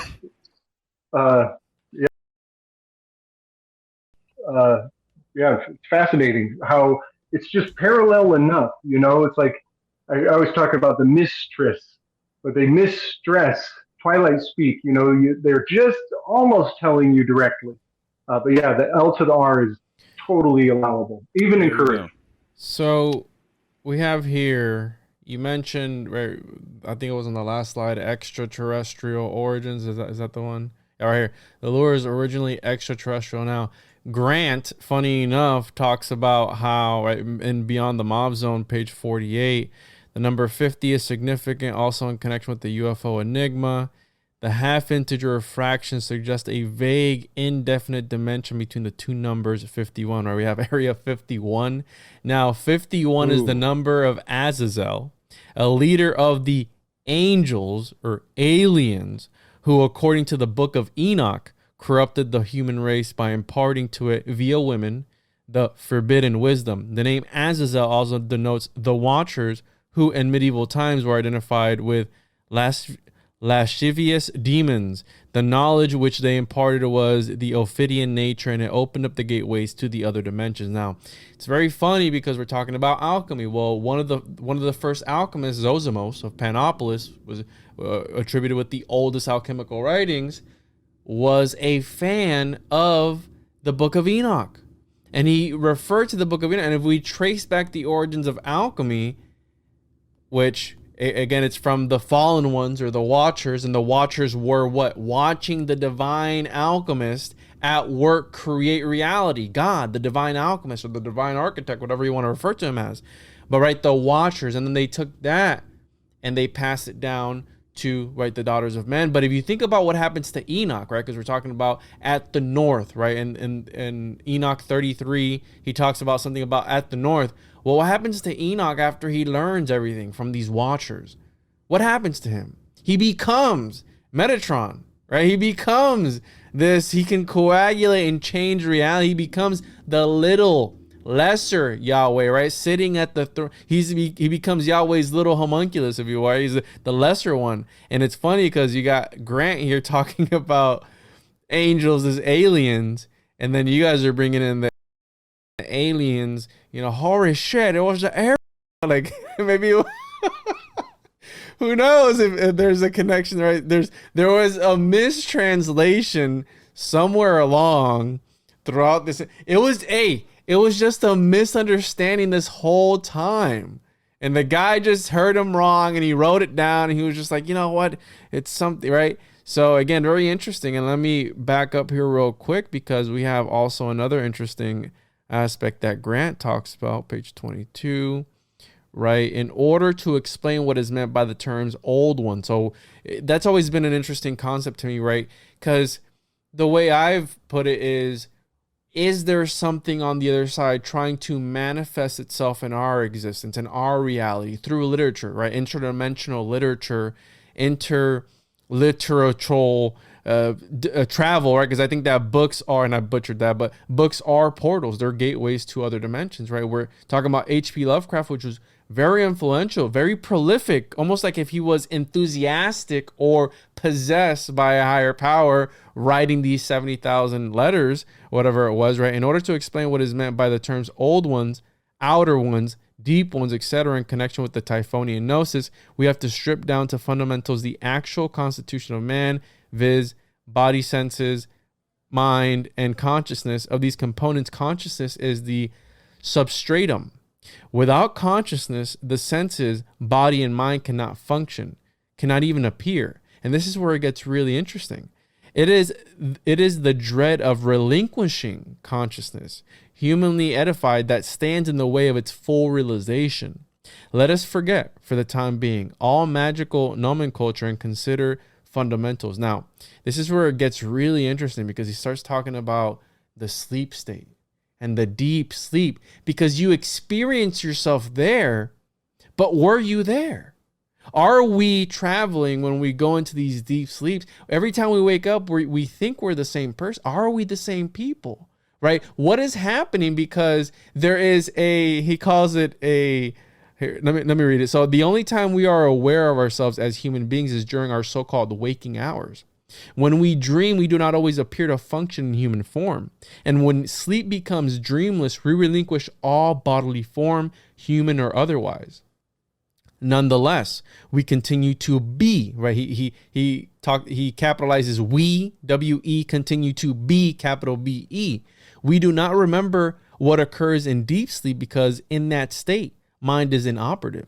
We therefore say on awakening that nothing occurred, that there was a blank or a gap in consciousness. But again, we were there. If we were not, we should have no means of knowing that we slept or that we retained the self-same identity on waking. The human state, therefore, is but one of several states of consciousness that we periodically experience. Viewed in this way, it is easy to understand that a notion such as the abyss arises in the waking state from this apparent hiatus in consciousness which we experience between waking, dreaming, and dreamless sleep. And that's funny because, right, I sometimes have dreamless sleep too, or I don't remember, right?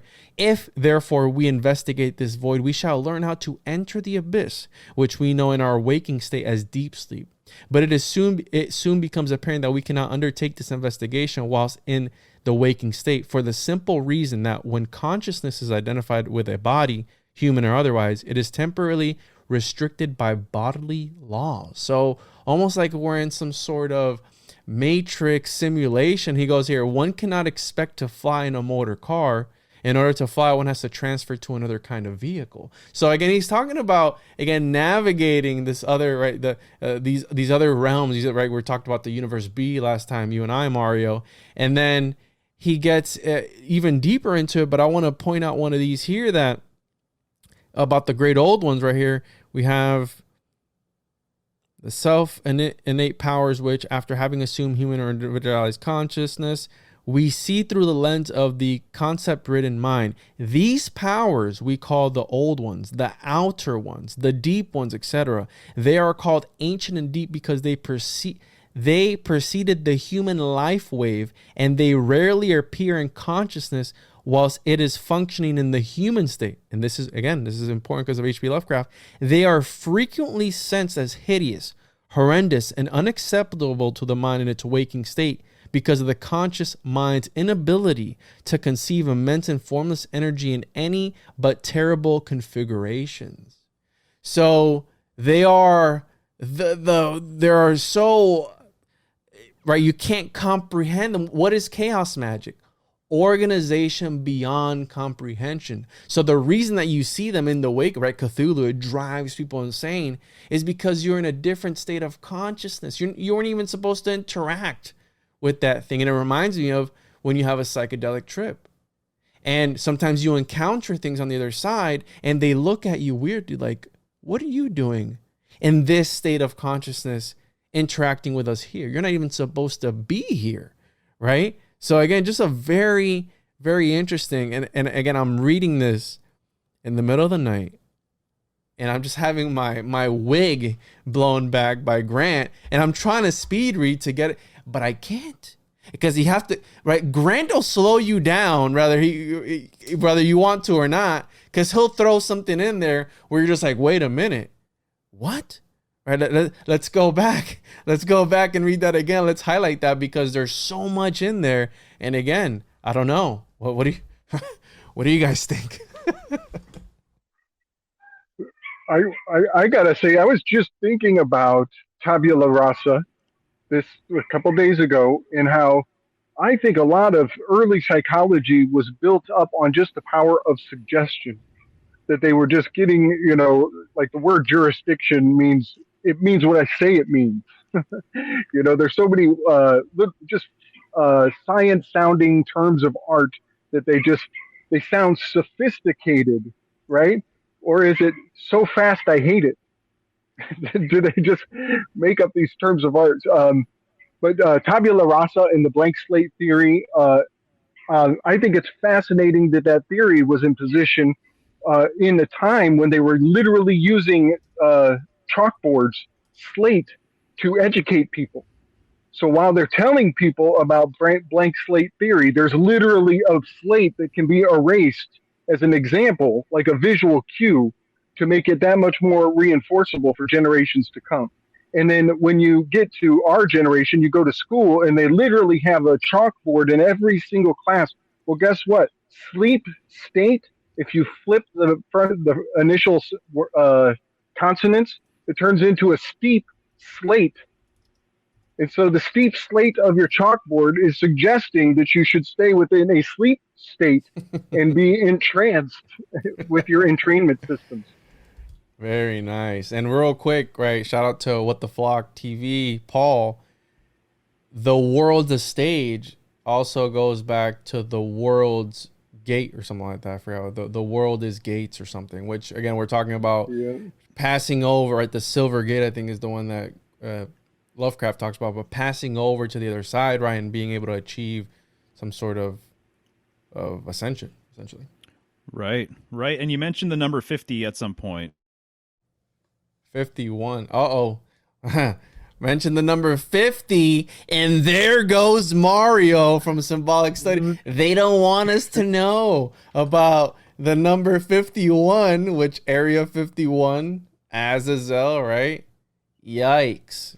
Hold on, he came back in. Let me pull him up. There's that's a that's a 15 in reverse. 51 going back to the 15. Oh, nice. Yes, I love it. Very yeah. good. I talked about 15 and it being related to Azazel. So the number 5 being this threshold sort of number. Hierophant. And the symbol, exactly right, the bridge, right, the bridge builder. And so the Necronomicon sigil is a 5-pointed star, and there's a second 5-pointed star encoded or baked right into it, right? And so the number 5, the number 5 has this sort of this power where literally it is the bridge between the physical and the metaphysical, between the material and the spiritual. That is always what it's meant. The fifth element is spirit or ether itself. We have obviously our relationship with the number 5 and all of that. And so I love a lot of the stuff that Grant has put out regarding the 5. And then even the mathematics of the 5-pointed star, it relates to phi and right, the golden mean, the golden spiral, and all sorts of other pi, right, as well, right, which is infinite. And so it relates to the circle as well, which has infinite points, which is more like spirit itself versus kind of the finite world here. So the 5 thing really trips me out for a few different reasons, but it's super, super powerful. And for a long time, again, it's been this threshold sort of number. And when you're looking at a base 10 sort of system, from 1 to 10, the 5 is right there in the middle. So it kind of represents the middle of some sort of arc or the middle of some sort of journey or whatever you might want to say. So the fact that you brought up 50, I just had to mention all of that. Yeah. And again, I'm going to be dropping nuggets as we go along because, I'm seeing where to insert it. So, and there's just so much to go. And when you mentioned the extraterrestrial, I had to bring that up because he goes hard in that. Absolutely. I totally get it. Right, so moving on. The return of the old ones is a mutual assimilation of orders, so that the Titan gods can be in loving embrace with their Titan goddesses. That is called the embrace of old. It is solar and polar traditions reunited. So ultimately, he comes to a call to actually unite these traditions, the solar and the polar tradition. He doesn't go on and on about that, but I do think that's fascinating, that he's not saying that we want to be one or the other, but we actually want to fuse the two. The alchemical marriage, right? The masculine That's and the it. feminine, yeah. Absolutely. 100%. Holes and holes, baby. Yep, you got it, dude. And he makes a big thing about the word Titan as well, and says that whenever you see the word Titan, it's a reference to the old ones that follow the polar tradition. He says it's always a polar tradition reference, the word Titan. And he breaks it down etymologically why that's the case. And given some of the news recently regarding the Titan business, I think that's kind of interesting. Absolutely, yes. Let's go here. All right. Oof. Let's go. So here we go. Shub-Niggurath is the creatrix, the matrix of space-time, the element of transformation. Kadath is the world mountain or axis mundi to be climbed. He makes a big thing about the axis mundi and the world mountain, that essentially all storylines are climbing the central mountain. All story arcs are climbing this central mountain, essentially. And Cthulhu is Cthulhu, the fish being caught in the ocean of night. He is one with the individual who is dreaming the dream of sensory existence and must be awakened from his exile. Ooh. And, you mentioned earlier about how H.P. Lovecraft was allegedly encoding things in his names and and the phonetic Kabbalah and all that stuff, right? Shub-Niggurath, well, he was also a huge too. So I think that there's some stuff bleeding into these names that are kind of scary to say sometimes. I'm just saying. Okay. It's almost like you're being tested by fire. Yeah, exactly. It's like if you're bold enough to just say the word. Yeah. Yeah, exactly. So just putting that out there. So the offspring of the Shoggoths, early humanoids, were of gigantic stature. Their esoteric lore had in it the wisdom of origins. Its disappearance from the surface of the earth brought about the establishment of solar order, a man-made order, a departure from spiritual unity. So he makes it explicit several times that the solar tradition, the solar order, is a man-made construct, essentially. It's not natural. It's a departure, as he says, from spiritual unity, which is in line with the polar tradition. Oh, wow. This hits super hard. Machiavelli essentially made it a fact that using words is creating the world, and that the world is different from Earth. So the world is the fictional overlay of the glimmer of the grimoire of the grammar that we speak to create illusion in each other's mind.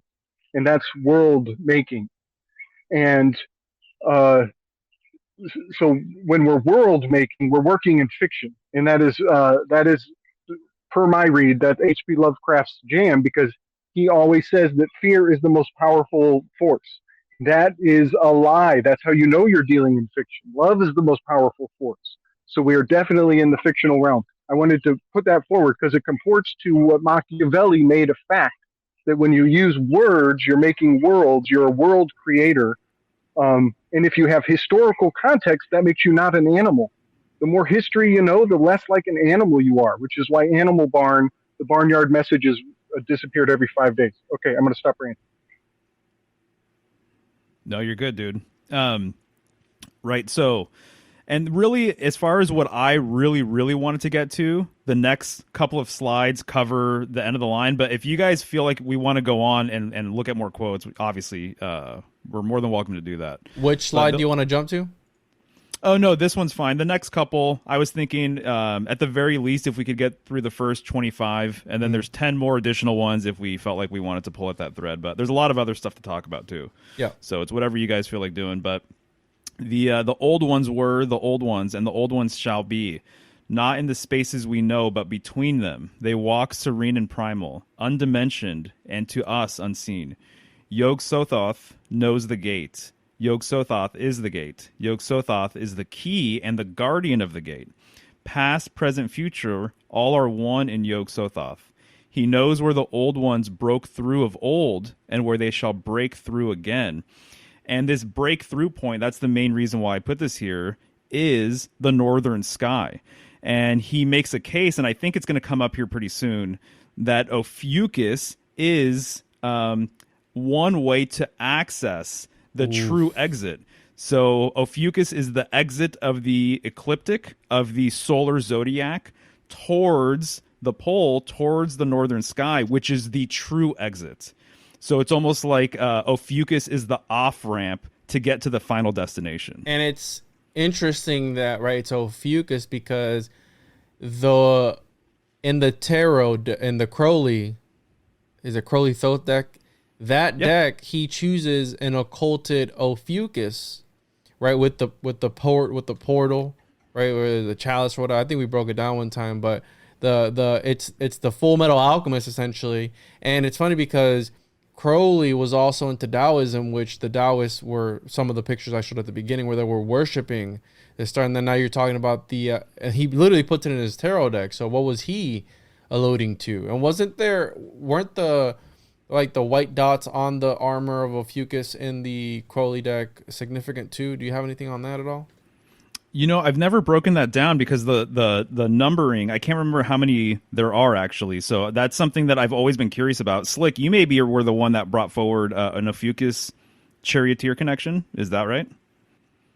We covered it. I don't know if that was my work personally. Yeah, that was up in our charioteer episode that we did together, where we were talking about could it be that Ophiuchus is the hidden character in that armor, Yeah. Right. Yep. The serpent Yeah. antler. I could totally see that for a few different reasons, because Ophiuchus traditionally corresponds with Mercury, and Mercury is all about travel, right? He's the messenger of the gods. So there's a mercurial connection with all travel symbolism, basically, I would say, including, right, traveling on a chariot. Yeah, absolutely. So, yeah, that makes sense. And then here he says, the crossing of the threshold, the awakening of Saturn as a Titan, takes place simultaneously with the leaving of the zodiac through Yog Sothoth, which is basically, I believe, his correspondence with Ophiuchus. The process of transformation begins after the ascent to the threshold, or with the passage of the pole. And so this is something else that he talks about, is he refers to this sort of spiritual leaning as the pilgrim of the pole, and going along your poleward way, and that this is what it's all about, that your pilgrimage should be to the north, and that a lot of other pilgrimages around the world, like the Kaaba stone, it's symbolic of a northern symbol. It's symbolic of the north. So when you go and have your, I believe it's called the Hajj, when you go to your pilgrimage and you visit the Kaaba cube, the tradition is to revolve around the Kaaba stone, around the Kaaba cube, 7 times, right? And so that's very, very interesting. And in Judaism, they have this ritual called the Tefillin ritual, where you're wrapping your arm with black leather. You put a black cube on your forehead, and then you wrap your arm with black leather. The tradition is to wrap your arm 7 times. And so there's a number of traditions that make use of a circumambulation sort of thing, going around this central point 7 times. And that it's all polar tradition stuff, because it's the 7 stars of Ursa Major revolving around the pole star. Big time. And it also, Hades, the river Styx, encircles Hades 7 times. And they even say that when Krakatoa erupted in 1883 on Vulcanalia, on the holiday of the volcano, Krakatoa blew up, and the smoke encircled the earth 7 times from that explosion. Which is basically awesome, dude. Which is, I think that's a mind, trap, that telling us that it was like Hades. We were encircled by the river Styx from that. Wow, I love that. Thank you for that, man. Yeah. Also, just want to throw out there is a belief that Saturn may have been the original pole star. And so that's very intriguing. Some people have referred to Saturn as the original sun or the original pole star. And as I said, Kenneth Grant makes reference to the word Titan being significantly polar in nature. So, I want to kind of fill that in a little. I think you and I both share this, Mario. Like, I was introduced to Saturnian cosmology at a very young age. I read Anne Rice novels at a young age, and I actually had the primordial golden dawn, the purple skies of the golden age, seated in my mind very young. And now I think of it as like a parallel cosmology that I don't necessarily, it's not like it's my main jam, but it's always there. It's like an old hobby. It's almost like a language that I don't use anymore. You know what I mean? But yeah, I'm totally on board with the Saturn was once sat at the North Pole, in the throne of the North, in the possibility that Mars might have been in between us and Saturn. Mhm. Yeah, electric universe. exactly. Fascinating. Right. 100%. Did you read this one already? Do you want to see this? I did. I read this one, yeah. Oh, my bad. No, you're good. So the word Nyarlathotep is a conglomerate code and can be decoded thusly. As already explained, Lovecraft's Nyar is identical with Nia. This mystical Arabic expression designates devotional intention and destination orientation. The word orientation is related to the Orient. By the mystical Orient is always meant the pole. So orientation indicates the crossing of the threshold and the undoing of the web to achieve the gift of the white stone. So the main thing he's trying to say is that all orientation here, and literally the Orient, including the Eastern Orient, is a reference to your orientation to the North Pole, to our Arctic origins, which I think is very interesting. And obviously, what's the compass all about? It's finding your orientation. Where are you? Where are you going? How can you get there? Right? The North Star and your compass and all of that. That's going to show you your way, essentially. So the compass is really fascinating, man. I mean, it's amazing that we have a tool that is basically all about some of the stuff, and it's a very practical tool too, clearly. Right, so we were just talking about the Kaaba. In the Kaaba, translated as House of the Mother, the black stone has to be circumambulated 7 times by the pilgrim. The holy ceremony of circumambulation is in meaning one with the ascent of the sacred mountain. There are 7 planetary energy patterns to be transcended before the actual scenification. The return into the bowels of the earth can take place with the opening of the 8th chakra. Interesting. So you were talking about, right? It's not the last one. There's one more after that. Yep, exactly. So the symbolism of the black stone to be found in polar or polar-oriented cultures has its analog in the Black Madonna. This blew my mind. Particularly popular in Europe. Her deep esoteric meaning, however, appears shrouded in mystery for most people. So he's saying that literally the Kaaba cube in Europe was the Black Madonna, and it represented this black stone, this black central stone. And there's a lot of evidence to suggest that this is actually 100% the case. One of the things I'll mention is the fact that the Black Madonna, she's the Virgin. So she's Virgo. She's the Queen of Heaven, and she's also the Queen of Earth. I've done several videos about the relationship with Virgo and the fleur-de-lis. That's what I talked to you guys about, a few weeks ago on Old World Florida. And so the fleur-de-lis is the northern point on a compass. That's what they use. For the northern arrow, it is the fleur-de-lis. So there's a northern correspondence with the fleur-de-lis, with Virgo, the Black Madonna, et cetera, et cetera. So he's saying that it's also a representation of the black stone, the lodestone, this magnetic stone, this central stone, Mount Meru.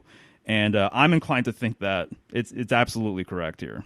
So when I read this, dude, it definitely blew me back. I think there's a lot to say about this one. You can unpack this one for a while, actually. Yeah, this one is really mind blowing because, and again, what's really what I'm wondering about is why occult this? Why this is hidden in plain sight? Obviously, for those who are able to read between the lines, and it's like I'm interested to dig deeper, like as to obviously I know, right? This is part of the occult and the esoteric. It's all hidden. But why? Like, who even came up with this sort of thinking in the first place? You know what I mean? Like, this is yeah, I know. This is bizarre, right? It's and that's what keeps me coming back, because I think about all these concepts and ideas and why they are even concepts to begin with. And I think that's the most fascinating part about alchemy, especially where this was a point in time in history where they were putting all these weird codes and symbols and talking about the white stone and the black stone, the philosopher's stone, and all these different things. And I go, if there's nothing to it, or let's say that they were trolls and they were just trolling everybody, why even begin? Why even do it? Why is it even a thing? You know what I mean? Like that's what blows my mind, keeps me coming back, because it's like there's something about it it's really interesting. Well, he talks about it, and I do have a few quotes that kind of speaks to it a little bit, but about solar orders completely ravaging, destroying polar orders, essentially. That it's the rise of the solar order that made all of this polar tradition stuff esoteric. And that's because funny, it wasn't because esoteric all the time. It was exoteric. People had an understanding of this. And that's so bizarre because, right, the solar, which is the sun that is meant to illuminate, is actually occulting and putting people in the darkness by right. Is there a connection to the black sun there, perhaps? Yes. Whoa. Absolutely. For sure. 100%. I would say the way I understand it is the black sun is another metaphor for this sacred center northern business, and that what I've come across is that the exoteric sun that we're all familiar with, that's constantly moving, but the black sun is still and in the center of everything. Interesting. Yeah. I thought this was really fascinating. I feel like I'm going to do follow-up research with this because it totally got my mind going. So he dedicates a section towards several different tribes that were polar in nature. Here he says, Iram, or Iram in Arabic, was built by Shaddad, head of the tribe of Ad. this pre-Mohammedan tribe was considered heretical since they disobeyed solar orders. He was saying that this town was basically the head of this tribe, and that this city was named, basically it translates to something along the lines of like the city of 1,000 pillars. And so that was like their main symbol, was pillar symbolism. And they were all about the polar tradition. And there were different groups around the world where that was just their understanding of the world. It was just how they saw everything. And again, they are suppressed by the solar tradition, by solar cults and everything else, by the heliocentrists, essentially. So that's what it is. That's kind of what it comes down to. To me, I see it as a war that's been fought for a very long time between the heliocentrists and geocentrists. That's another way of looking at it. And I wonder if this can be, I mean, this is definitely seen in Star Wars, right? The Sith and the Jedi. You have the good and the dark, right? I think that would be, because essentially it goes back, I mean, the idea of two opposing forces fighting one another goes back thousands of years. Forever. That's been it since the beginning. And now, right, the city of 1,000 pillars, it just makes you think in Greece and all these different places where they would build, right, with the pillars, right? You have Hercules and the pillars, and you have all this. So you really start to unpack things. But yeah, that's a very interesting connection there. Yeah, I agree. So this is where he gets into Titan. Because of the interchangeability of S and T, CC, and he's talking about other stuff before this, so forgive me, can also be TT. The word Titan is derived from that ancient ideogram. Everything Titanic, therefore, always refers to the order of the polar tradition, and essentially to the mystic pole tradition. So just given the Titanic, the idea behind Titans, what they are, and all of this stuff, he heavily relates it to all this business. So Arctos is the name of the star in the 7-star constellation of Ursa Major, but also in the language of the ancient Egyptians, we can find definite traces of the polar symbolic language. The arc stem, which he talks about before this quote, is preserved in Arche, that is necropole, and also in the conceptually related Arkhet, or world beyond. The root in the words Arctic or Antarctic is obvious. What? I've never heard of the necropole, but that would be another appropriate name for this bridge between realms, for the world axis, essentially. Bro, and the root in the words Arctic and Antarctic is so, right? Because that's the whole thing, the ice wall, right? Where in Antarctica, where you can't go because of all the treaties, you can't do anything in Antarctica, right? And how right at the Mountains of Madness, which H.P. Lovecraft talked about, and right, this underground like alien penguin looking race type of thing, right? The Thing. Well, I think, does that take place in the Arctic or is that in the North Pole? South Pole. South Pole, right? So the Antarctic, very, very bizarre. And then you have the whole Operation High Jump with Admiral Byrd, and he talked about the poles as well, right? He's like, we're gonna be coming in contact with craft that can travel. Again, I'm paraphrasing, very quickly between the North and the South Pole. So he allegedly had the diary of when he went into the hollow earth through the North Pole, right? And the opening in the North, and encountered the inner people. I forgot what the name of it was. The Shambhala, and what's the other one? There's one more that they talk. I think of like the Vrilia. Yeah, but there's Shambhala. There's, what's the other name? There's another name for the inner city. Agartha. Yes. That's the one. Yep. Yep. Yeah. You got it. Interesting, bro. Very interesting. So here he says there are 7 planetary stages to be ascended to the threshold, and there are analogously and correspondingly 7 chakras to be transcended. The process of transcendence is coupled with the mystic pole constellation, the respective energetic pattern on the interstellar plane. So he's talking about kind of what I've been saying for a little while, but the planetary stages are no different than the 7 chakras which have a direct correspondence with the Mystic Pole constellation, which is Ursa Major. So there's no difference between the traditional planets, our chakras, and then the Big Dipper.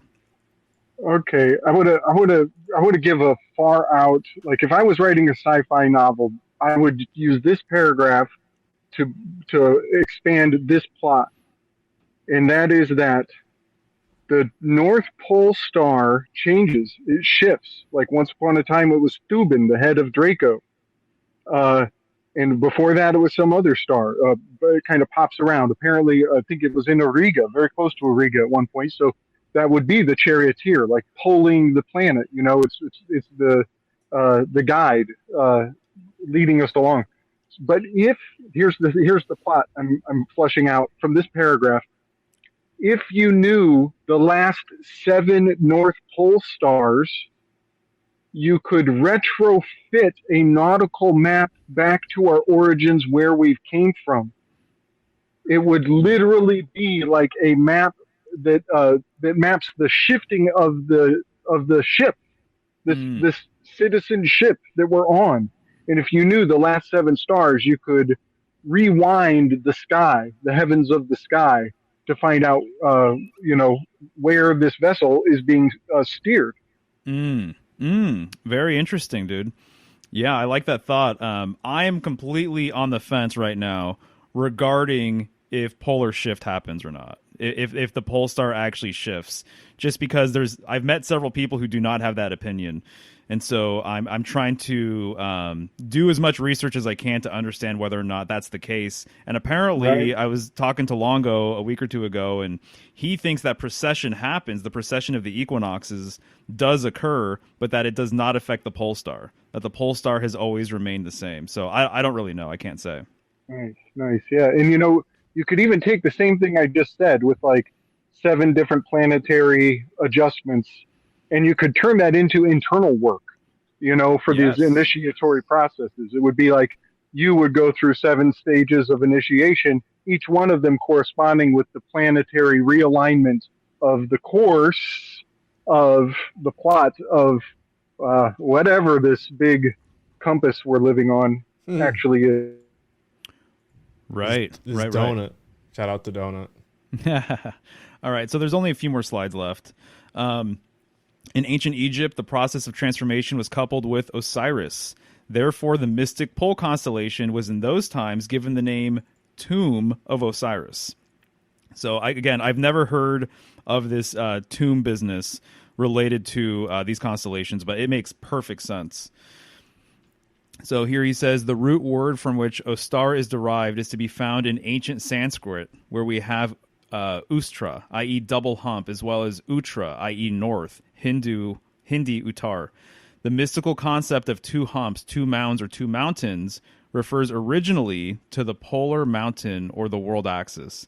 In Arabia, the camel is called the ship of the desert, between whose humps the rider sits. As we shall see later, this polar mountain concept is the master key to the comprehension of the tradition and all alchemical practice centering around the aspects of human transformation. And further on, it leads directly to the secret gateway in the bowels of Earth. So that's one thing that he mentioned, is this idea that Twin Peaks are a polar reference.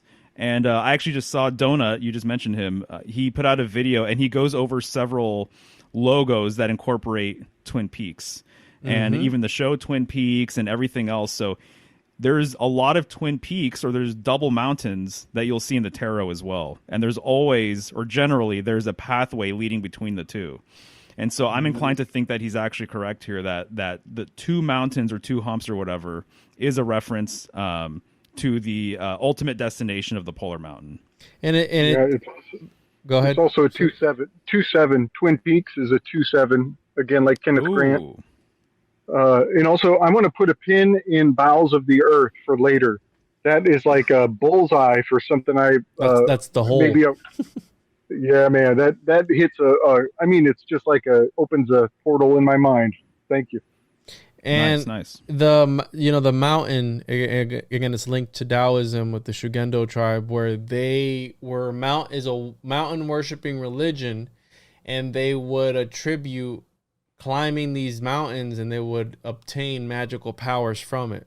So think about why Crowley was upset. He's a mountaineer, and also giving sacrifices along the way when the people were dying on the way up. They're like, hey, we can't keep up, and people were losing their lives. So think about that. And they would become shapeshifters or whatever powers that they would attribute. And then if you think about, Twin Peaks and all these different things, all these different symbols and all that, I mean, I believe that's what it's linked to.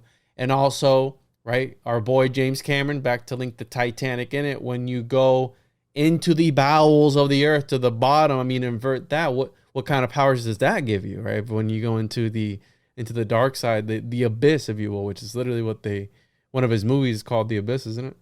Right. Oh yeah, exactly. 100%, dude.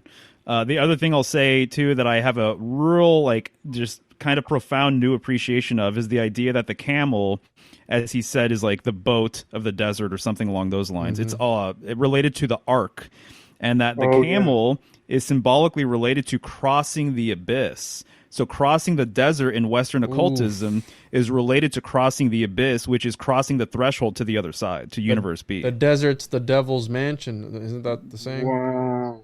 Nice. Yes.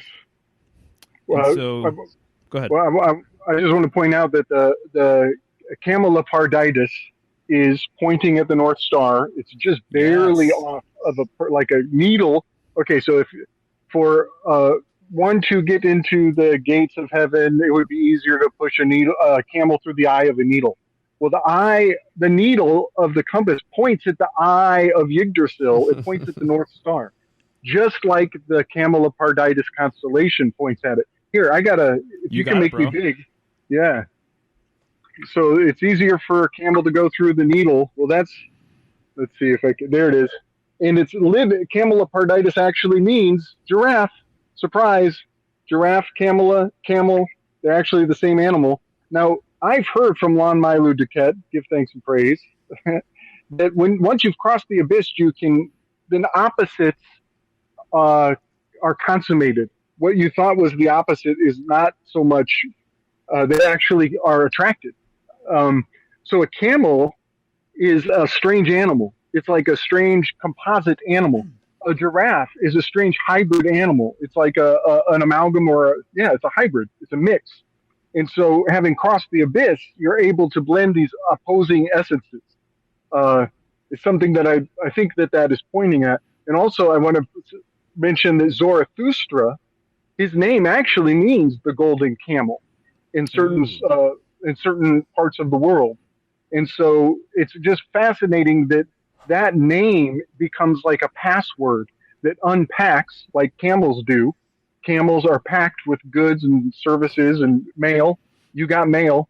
And it made it this far. Zarathustra is how many billions of years old? Well, that's endurance. It's endured like a camel should. Thus spoke Zarathustra, right? Dude, you got it, man. Slick. The whole thing, too, about all of this is that camel in Hebrew has a correspondence with Gimel, which relates to the high priestess, which is the number 2, which is a gateway, right? And so that is crossing the abyss. That's crossing the threshold. And when you look at it Kabbalistically, I believe where the high priestess is on the Kabbalistic tree of life, Kabbalists refer to that point as crossing the threshold, crossing the abyss, essentially, with that camel. So it all is completely related. Also, just what you were getting at, but I'm just going to say it plainly. But that needle, the eye of the needle is the world axis. And the eye is Polaris, iris, the eye in the sky, right? Oof. I want to point it's this so out. Fascinating. Oh, go ahead. That, right, on the topic of the camel, well, camels are real. There was a documentary that came out, I think it's called The King of Clones or something like that on Netflix, where it's about this dude that clones camels, and this was March 1st, 2023, but the white camel cloning is big business in Dubai. And they talk about cloning. They have like this whole thing of cloning. I think it was race camels. I could be completely wrong, but I haven't watched the actual documentary, but it's on Netflix. Let me pull it up here on Netflix. It's called The King of Clones, and it's about cloning camels. So, you're talking about it being some sort of chimera type thing, and then they're further polluting it by, right, very, very homunc-esque. This very controversial scientist. Check this out. South Korean scientist. Sometimes it's amazing how biblical scientists can be, King of clones. They're literally referencing back to the Jesus nativity scene and talking about camels, where there's 3 camels at the nativity scene, Look at this. Oh, that's you know what? That is totally pointing at the homunculus. I want to put another pin in this one for later. Look at because this. The Jesus homunculus idea is getting more and more traction every day. June 23rd, 2023, claiming to clone human embryos. Yikes. I don't know. I mean, first, what is it? First they laugh, then they, this screams homunculus, but people are starting to realize it by themselves that it's, right, it's homunculi all the way down, baby. Nice. I believe it. I have to say that, though, when I'm here. Anyway, I got a lot out of this one. And it is 14 is the number of the 2 7-star constellations revolving around the interstellar axis, right? The world axis, the axis mundi. And so Ursa Major 7 stars, Ursa Minor 7 stars, said it a million times together. That's 14 stars, right? Well, when you look at the dippers, which I've been studying a lot lately, having my eyes looking all over the place, kind of reorienting myself with the constellations, seeing what's going on there, looking into specific stars, blah, blah, blah. And Ursa Major and Ursa Minor, the way they are positioned, it looks like 2 dippers continually pouring water from one to the other. So it's 2 vessels continually pouring water from one to the other. The 14th card in the Major Arcana is Temperance. And what do you see? One chalice being poured to the other one. I mean, to me, I just and there's always twin mountains in the background too, with the path leading through it. So when I see those 2 cups now pouring from one to the other, I think of the dippers. To me, it makes perfect sense. 2 bears in a cup. You said temperance, right? Yeah, temperance or art. There's always 2 chalices in the traditional artworks. Even we saw it earlier with your the deck that you scanned. There it is right there. Yep. Interesting. Ursa Major and Minor, the Big Dipper and Little Dipper, continually pouring into each other as they rotate around the pole star. Wow, that's really fascinating. In a lot of the Rider-Waite deck, it has that it's an angel with an arrow, and the arrow points upward. A lot of people think that implies that the substance is floating backwards. It's flowing from the bottom cup up in reverse into the top cup. Oh, interesting. I don't think I've ever heard that before. That's cool. Is he being birthed from the mouth or swallowed? I mean, it goes back to that. Right. Yep. All right, so this is the last one I got, and I had to really narrow this down, dude. I have so many highlights in this book, it's completely nuts, but this goes back to Ophiuchus right here. The hidden exit out of the web of the zodiac lies astronomically between Scorpio and Sagittarius. He's referring to Ophiuchus. This energetic area is the exit through which the pilgrim can leave sensory perception and space-time definition. Therefore, as Lovecraft wrote, Yog-Sothoth knows where the old ones broke through and where they will break through again. Just as Saturn is the guardian of the threshold that gives way, Yog-Sothoth is the key to undo the web of the zodiac. And he's referencing Ophiuchus. Oh, man. Okay, I got it. I got it. So this is November 22nd is the first of the 5 days, the 5 degrees that Ophiuchus occupies. It's his heel. His heel is November 22nd till basically the 27th. It's right over Thanksgiving. It's JFK Day, right? JFK was killed at the initiation of the Ophiuchus, the degrees that he occupies. He is representing the Orpheus mythology, where Orpheus gets his loved one from the underworld as long as he doesn't look back at her. And it's the last step. He's got his one knee lifted. He's about to make it, and he has to look back. My theory is because she spoke up, and her voice was not the voice of his loved one. She betrayed her own identity by speaking, and he was like, wait a second, that's not my sweetheart. And he had to look to check who was behind him. And then she ghosts away. But that's another thing for another time. But that's the JFK event. Jackie is actually playing Orpheus, looking back at the loved one that is being whisked away from her into the underworld. It's exactly cosmologically perfect that happened on November 22nd. They were totally doing an Orpheus ritual ceremony. But guess what else happened on November 22nd? This is huge. And it goes back to that paragraph you just read. It's so profound, guys. These guys are working on huge levels because I'm pretty sure it's John Pym from the 1600s, but he was putting together a revolution against King Charles I. This was a killing of the king ritual, and he executes the 19 remonstrances against King Charles on November 22nd. He launches an attack against King Charles that ends in the decapitation of King Charles I. His attack begins on November 22nd. So he did a king-killing ritual on the same day that they did JFK centuries later. And it fits to that paragraph you just read so well about that opening a crack, being like a weak chain in the link psychically. Dude, we got to get into a Fucus at some point and really dive deep because I have a lot of questions. I have a lot of miscellaneous information, and I feel like there's just something here that's worth tugging at. Yog-Sothoth is the key to undo the web of the Zodiac. It's so bizarre, man. Now, that is kind of interesting because the child god of the Zodiac is Aeon. And he's not associated with Ophiuchus. He's associated with January 6th, the Greek god Aeon. So that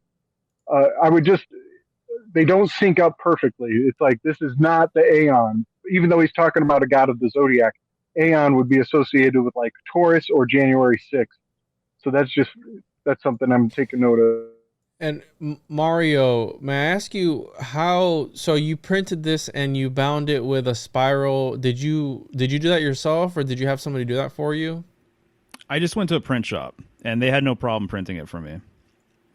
Okay. So if people are interested in the PDF, feel free. It's hard to get. You can get it on Scribd. If you just sign up, you can get a free account and you can download it, no problem. If people want to reach out, if they're interested, I'd be happy to send it their way. Otherwise, you're not going to be able to read it. Yeah, if it wouldn't be too much trouble if you could send me a copy so I can check absolutely. It out because it's very interesting. And yeah, I don't know if we should continue or continue for another 10 minutes, do 2.5 hours, and then again, there's so much to unpack and revisit this topic because it's very vast. I mean, I didn't even have a crap load of tabs open with all the lore from all these different stories and the characters that are in the tarot deck. So maybe perhaps we could do another follow-up episode to this topic because it goes deep. And like I said, Grant is just dropping bombs after bombs after bombs. But I don't know if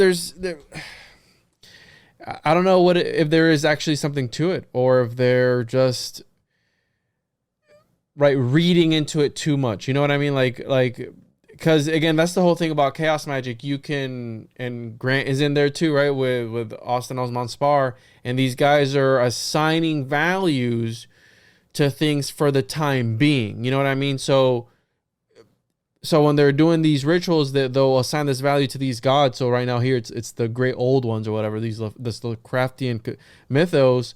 But then what is it behind that? You know what I'm saying? Like there's layers to this sort of thing when it comes to chaos magic. And that's the more powerful aspect of it and the dangerous aspect because you can literally assign a value to whatever, use it for your magical operation and just toss it right out the window after you're done with it.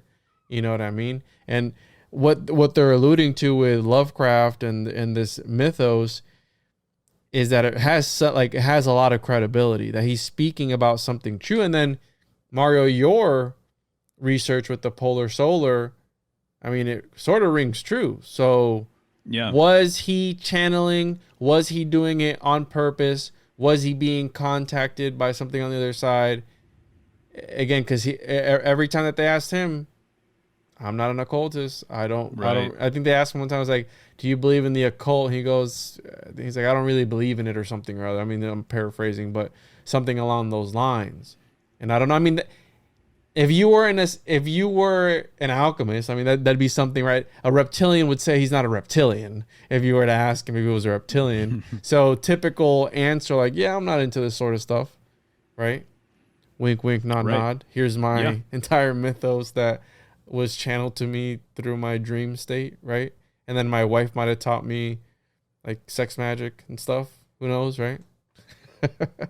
Right. Well, like so many things, a lot of people, they have to use allegory instead of being overt and clear and plain with their language, And what I'm finding out personally, I have reason to believe we kind of touched on some of the semi-controversial stuff with relationship to the polar tradition and stuff.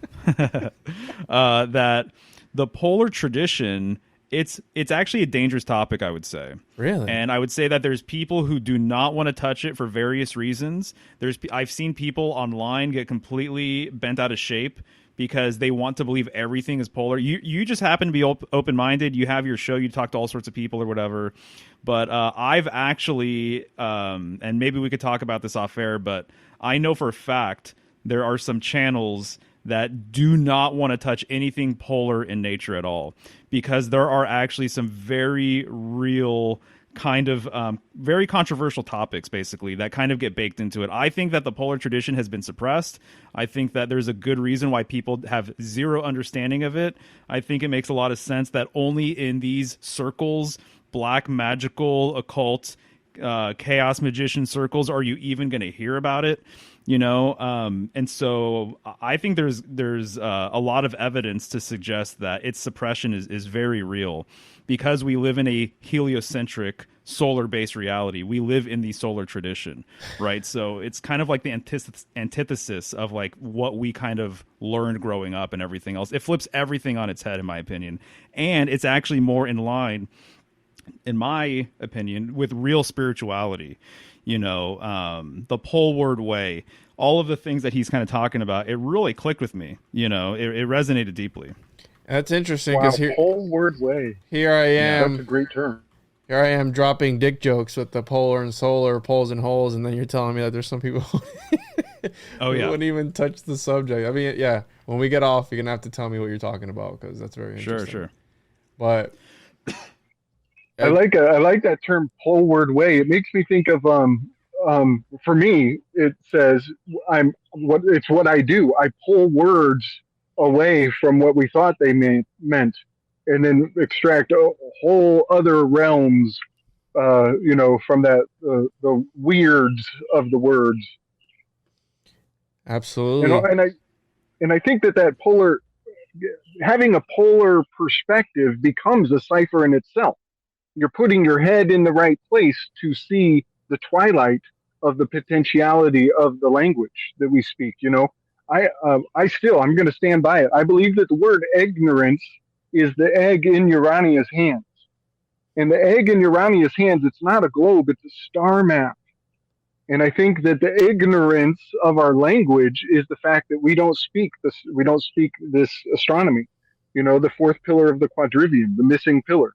So when they say misinformation, they're actually right, because your information is missing the mark if the people you're talking to don't have the context. And so much of the world is in ignorance. They don't see the star speak of our language. So that's my closing words.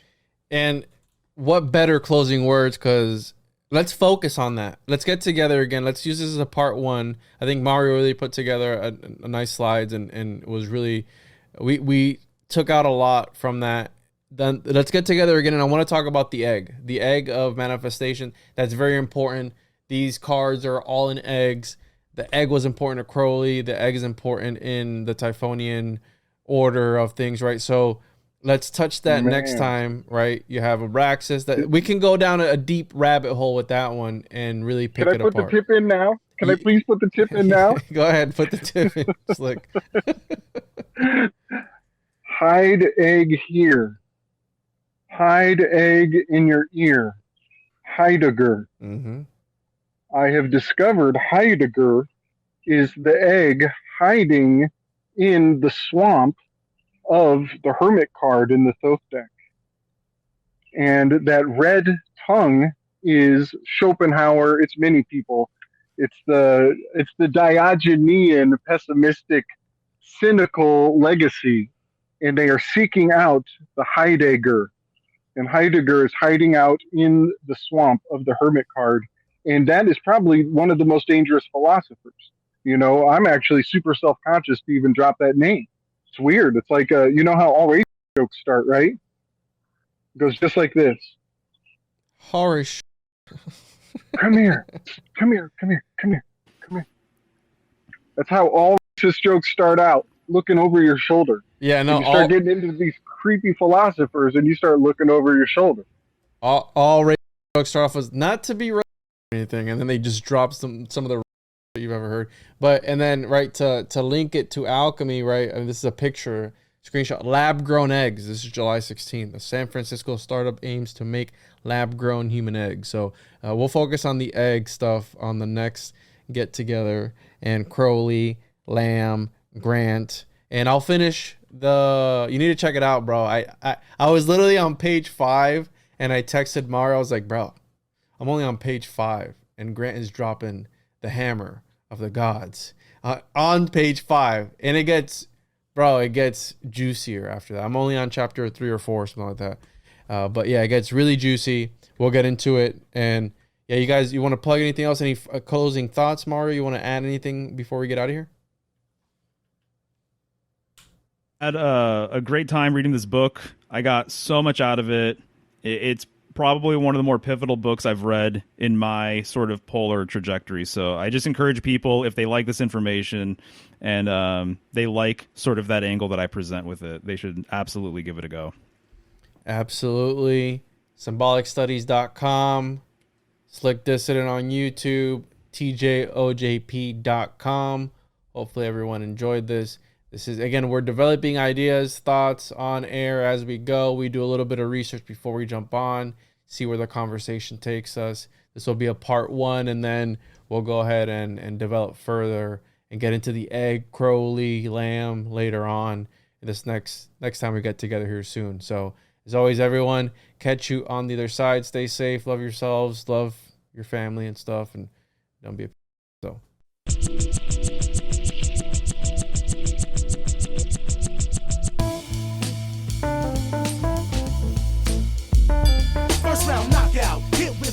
Blow your back out, can't stand the pain, get out the game, this is my bout. I bruise any MC, thinking that he's live like me. Never been in a brutal battle like me. Who wanna test and flex? I feel nonetheless. Hold your breath and watch your step. Here we come, me and Javelin. I sold purpose number 1. The legacy, son, has just begun. Reign for 40 days and 40 nights. You better get right and never bring your knife to a gunfight. I want fake.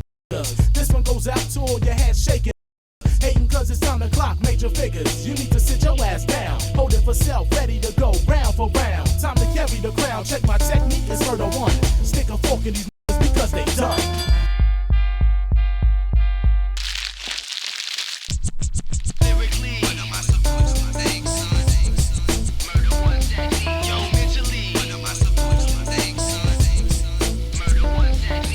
Shiesty, gritty, gutty, and kinda feisty. Happy you players hating, debating if you gon' fight me. Nobody like me, my own mom say I'm gone. Naughty, not your average, rap phenom, we be on. That same song scenario, alter ego, all up in the stereo, live and direct.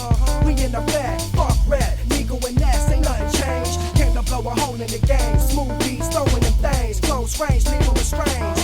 We the same as we always been, murder 1 from the origin, and so we go again. Murder 1